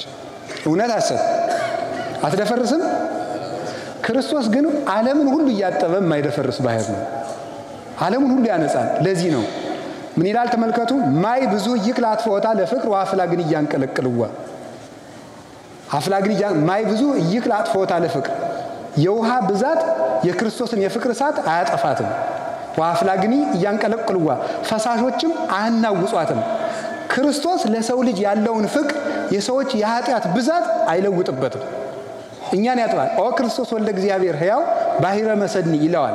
አረጋዊ መንፈሳዊ የተባለ አባት መጽሐፈ መነኮሳት ላይ ሲናገር የሕያው የእግዚአብሔር ልጁ ክርስቶስ አንተ የውበት ባህር ነህ ይላል። ሰው ከክርስቶስ ሰይጣን ሆኖ ገብቶ መልአክ ሆኖ ይወጣል። ሰው ከክርስቶስ አውሬ ሆኖ ገብቶ ሰው ሆኖ ይወጣል። ስለዚህ ክርስቶስ እየገባን የምንነጻበት ለዚያውን በደሙ ነው የሚያጥበን። ዘይሐጽብ በወይን ልብሶ ወበደማስካል ሰንዱኖ ብሎታል ቅዱስ ያሬድ። ልብሱን በወይን ያጥባል፣ መጎናጸፊያውንም በደሙ ፍሬ ያጥባል በወይን። ይሄ ያዕቆብ ለልጁ ዘፍጥረት 49 ላይ ለይሁዳ የሰጠው በረከት ነው። ለይሁዳ ሲሰጠው ምንድነው? ዘይሐጽብ ይሁዳ ከባለጸግነቱ የተነሳ ልብሱን በወይን ያጥባል። ልብሱን በወይን ወይን እስራኤል ወይን አገር አይደል? የወይን አዝመራው በስቶለት ነገደ ይሁዳ ከሀብቱ የተነሳ ከመጠጥ አልፎ ልብሱን በወይን ያጥባዋል። ምስጢሩ ግን ምንድነው? ይሁዳ ክርስቶስ ከነገደ ይሁዳ የተወለደው ክርስቶስ ልብሶቹን ምእመናንን ወይን በተባለ ደሙ ያጥባል ማለት ነው። በደሙ ያጥባል። በደሙ የቀደሰን ያጠበን እሱ ነው። ከቃሉ ጋር ናችሁ። በደመ መስቀሉ አተባ ወበማይ ዘውህዘም ገቡሁ አንጽ ኃይል ቅዱስ ያሬድ በጾመ ድጓ። ከጎኑ በፈሰሰ ደም ቤተክርስቲያንን ቀደሳት፣ በማየ ገቡም አነጻት። ስለዚህ ክርስቶስ ራሱ ያነጻናል። ቁርባን ልትቆርቡ ስትሉ እኔ ኃጢአተኛ ነኝ እንዴት ብዬ ቆርባለሁ ሲያሰኛችሁ፣ እንዴ ክርስቶስ ውሃ ነው። ልንነጻ እኮ ነው የምንቆርበው። ታውቃላችሁ ይሄን እንዴ? ልንቀደስ ነው የምንቆርበው። ልንገራችሁ፣ በቅተን እንቁረብ ንጹህ ሰው ይቁረብ ከተባለ ያለ ድንግል ማርያም በቀር ሰው የሚገኝም አይመስለኝም። ሰው የሚገኝ አይመስለኝም። ልንቀደስ ነው የምንቆርበው። ለምንድን ነው ከክርስቶስ ማዕድ የምትርቁት? ሊያነጻን ነው እንጂ ድሮስ እና ነጽቼ ከሆነማ ቁርባኑ ስለምንድን ነው የምቆርበው እንዴ? ልነጻ እኮ ነው የምቆርበው። ንጹህ ያልሆነ ከቁርባኑ አይቀበል የተባለ ያልተናዘዘ ማለት ነው። ያልተናዘዘ ማለት ነው እንጂ ንጹህ ስንሆን እንቆርባለን፣ ቅዱስ ስንሆን እንቆርባለን አትበሉ። የኢትዮጵያ ኦርቶዶክስ ተዋሕዶ ቤተክርስቲያን ምእመናን ናቸው የሚያሳዝኑት። በዓለም ላይ ሁሉም ክርስቲያኖች ክርስቲያን ከሆነ ይቆርባል። በቃ የግብጽ ለምሳሌ 14 ሚሊዮን ካለ 14 ሚሊዮኑ ይቆርባል። ምሳሌ ነው፣ ቁጥሩ እሱ ብቻ ላይሆን ይችላል። የአርመንም ካላት ያላት ሁሉ ይቆርባል። የኢትዮጵያ ኦርቶዶክስ ተዋሕዶ ክርስቲያን ግን የሚቆርብና የማይቆርብ ተብሎ ሁለት ክፍል። ለምን? ክርስቲያን ከሆን መቁረብ አለብን ሁላችንም። ስለዚህ የእግዚአብሔር ቤተሰቦች ሁላችንም ክርስቶስ ያነጻናል። ውሃ የሚያስፈልገው ላደፈ ነው ወይስ ለታጠበ ሰው ነው? እና እንግዲህ ኃጢአተኛ ከሆን እንደውም የሚያስፈልገን ክርስቶስ ለኛ ነው። ቅድም ካህኑ ሲቀድሱ አልሰማችሁም እንዴ? ይትስክር ለና በሳነ ዘትካት ፍጡነ ይርከበነ ሳይልከ እግዚኦ። ስለዚህ እኛን በምሕረት ኃጥአንን ማረን። ወለጻድቃንሰ ምግባሮሙ ትምህሮሙ ወትእስዮሙ።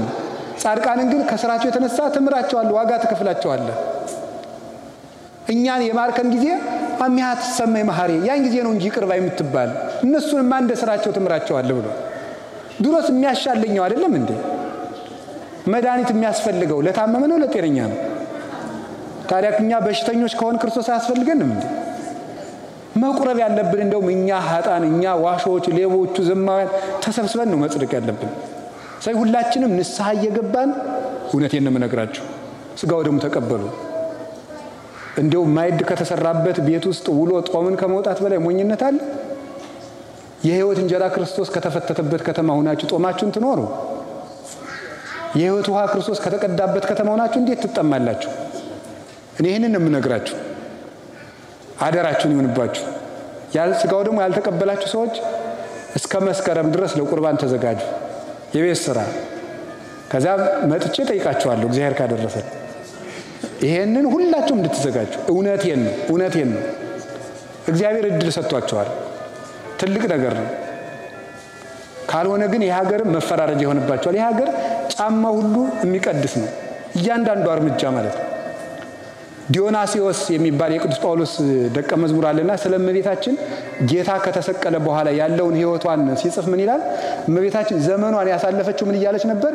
በእያንዳንዷ የኢየሩሳሌም ቦታዎች እየሄደች እዚች ላይ ልጄ እንዲህ አድርጎ ነበር እያለች ማልቀስ፣ እዚች ላይ ደግሞ ልጅ እንዲህ አድርጎ ነበር እያለች እያለቀሰች ነው የጨረሰችው። እና ኢየሩሳሌም የሚኖር ሰው በእያንዳንዷ ቦታ እየሄደ ማርያምን እየተከተለ እዚህ ላይ ጌታዬ እንዲህ አደረገ እያለ መኖር አለበት ነው የተባለው። ቢያንስ ይሄ እንኳን ባይሆንላችሁ ሰርታችሁ የምትበሉ ናችሁ። ቅዱሳት ቦታዎችን ከማክበር በተጨማሪ ስጋ ወደሙን ተቀበሉ። የሕይወት ውሃ ክርስቶስን ርቃችሁ አትኑሩ። ከቃሉ ጋር ናችሁ? የመጨረሻ ውሃ ጥም ይቆርጣል። እስኪ በሉ ውሃ ምን ይቆርጣል? እንግዲህ ተምራችሁ ያላገኛችሁትን ሰላም፣ ገንዘብ ሰብስባችሁ ያላገኛችሁትን ሰላም፣ አግብታችሁም ያላገኛችሁትን ሰላም፣ ነግዳችሁም ያላገኛችሁትን ሰላም ክርስቶስ ይሰጣችኋል። እሱ እውነተኛ ሰላም ነው። እርሱን ማግኘት አለብን። ሰላም ሰጠን። መጀመሪያ ተገኝቶ ይውላችሁ ለሐዋርያት መጀመሪያ የሰጣቸው ጸጋ ምን እንደሆነ ታውቃላችሁ? የትንሣኤ ዕለት ሰላም። እስቲ ሰላም በሉ በሉ እንጂ። ካህኑ በየሰዓቱ ምንድነው ሰላም ምንድነው የሚለው? ለኩልክሙ ሰላም ከእናንተ ጋር ምን ይበል ይኑር ምስለ መንፈስከ እንደ ቃል ይደረግልህ። እቺ ነው የምንመረቀው። እቺን ሰላም ሐዋርያት ጌታ ለሐዋርያት የትንሣኤ ዕለት የሰጣቸው ሰላም ነው። እና ወገኖች ሰላምን የሚሰጠን ክርስቶስ ነው። አሁንም ሰላምን የምናመጣት እኛ ነን። በየሰዓቱ እየተነሳ ብዙዎቹ በዚህም በኩል ይመጣሉ ይባላል። አሁን ኢትዮጵያ ከ5 ዓመት በኋላ ያልፍላታል። ኢትዮጵያ ከ3 ዓመት በኋላ ይሄ ሁሉ ድሪቶ ነው። ኢትዮጵያ ሰላም የምታገኘው እኛ ሰላም ስናገኝ ነው። ሰላማችን ደግሞ ማን ነው ወገኖች? በሉ ነው እንግዲህ ጥማችን ወደሚቆርጥልን ወደ ክርስቶስ እንምጣ። ሁላችንም ሕይወታችንን እናስተካክል። ከሱ ጋር ኑሩ። ከቤተ ክርስቲያን አትለዩ። ስጋው ደግሞ ተቀበሉ። መጽሐፍ ቅዱስ አንብቡ። ሞኝ አትሁኑ። ዘመኑ ዝም ብሎ የሚኖርበት አይደለም። እናንተ ካላወቃችሁ የእናንተ ልጆች ነገ ምን ሊሆኑ እንደሚችሉ አስታውሱ። ልጆቻችሁ ነገ በፓጋኒዝም፣ በኤቲዝም፣ በኢስላሚክ ዶክትሪን፣ በፕሮቴስታንቲዝም፣ በሴታኒዝም በዚህ ሁሉ ጥያቄ ተተብትበው ነው የሚያድጉ። ምን እንደምትመልሱላችሁ እንጃላችሁ። አታነቡማ? ምን እንደምትመልሱላችሁ እስቲ ነገ ገዝታችሁ በምትሰጧቸው ስልክ ስለ ሰይጣን ይሰበካል። ስለ ሰይጣን ዝሙት አለ እዚያ ውስጥ። ያን ጊዜ እነዚህ ልጆች ማን እንደሚመልሳቸው አታነቡምና አንብቡ። በቀን አንዳንድ ምዕራፍ መጽሐፍ ቅዱስ አንብቡ። የእግዚአብሔር ቃል ሰላም ይሰጣችኋል። ኖን ማይቶት ለእግሬ ሕግ ከብርሃን ለፍኖቴ፣ ሕግህ ለእግሬ መብራት ለመንገዴም ብርሃን ነው። ስለዚህ ጌታችን ኢየሱስ ክርስቶስ የሕይወት ውሃ ነው። የሕይወት ውሃ ስለሆነ ነው ለ12ቱ ደቀ መዛሙርቱ ያንን ሕይወት ሰጣቸው። በዓለም ላይ ሕይወትን ሁሉ አፈሰሱት። ሕይወት የሆነ ኢየሱስ ክርስቶስ በዚህም ሀገር በሀገራችን በኢትዮጵያም በዓለም ላይ የተዘራውን የሞተ ሾህ ሁሉ ይንቀልልን።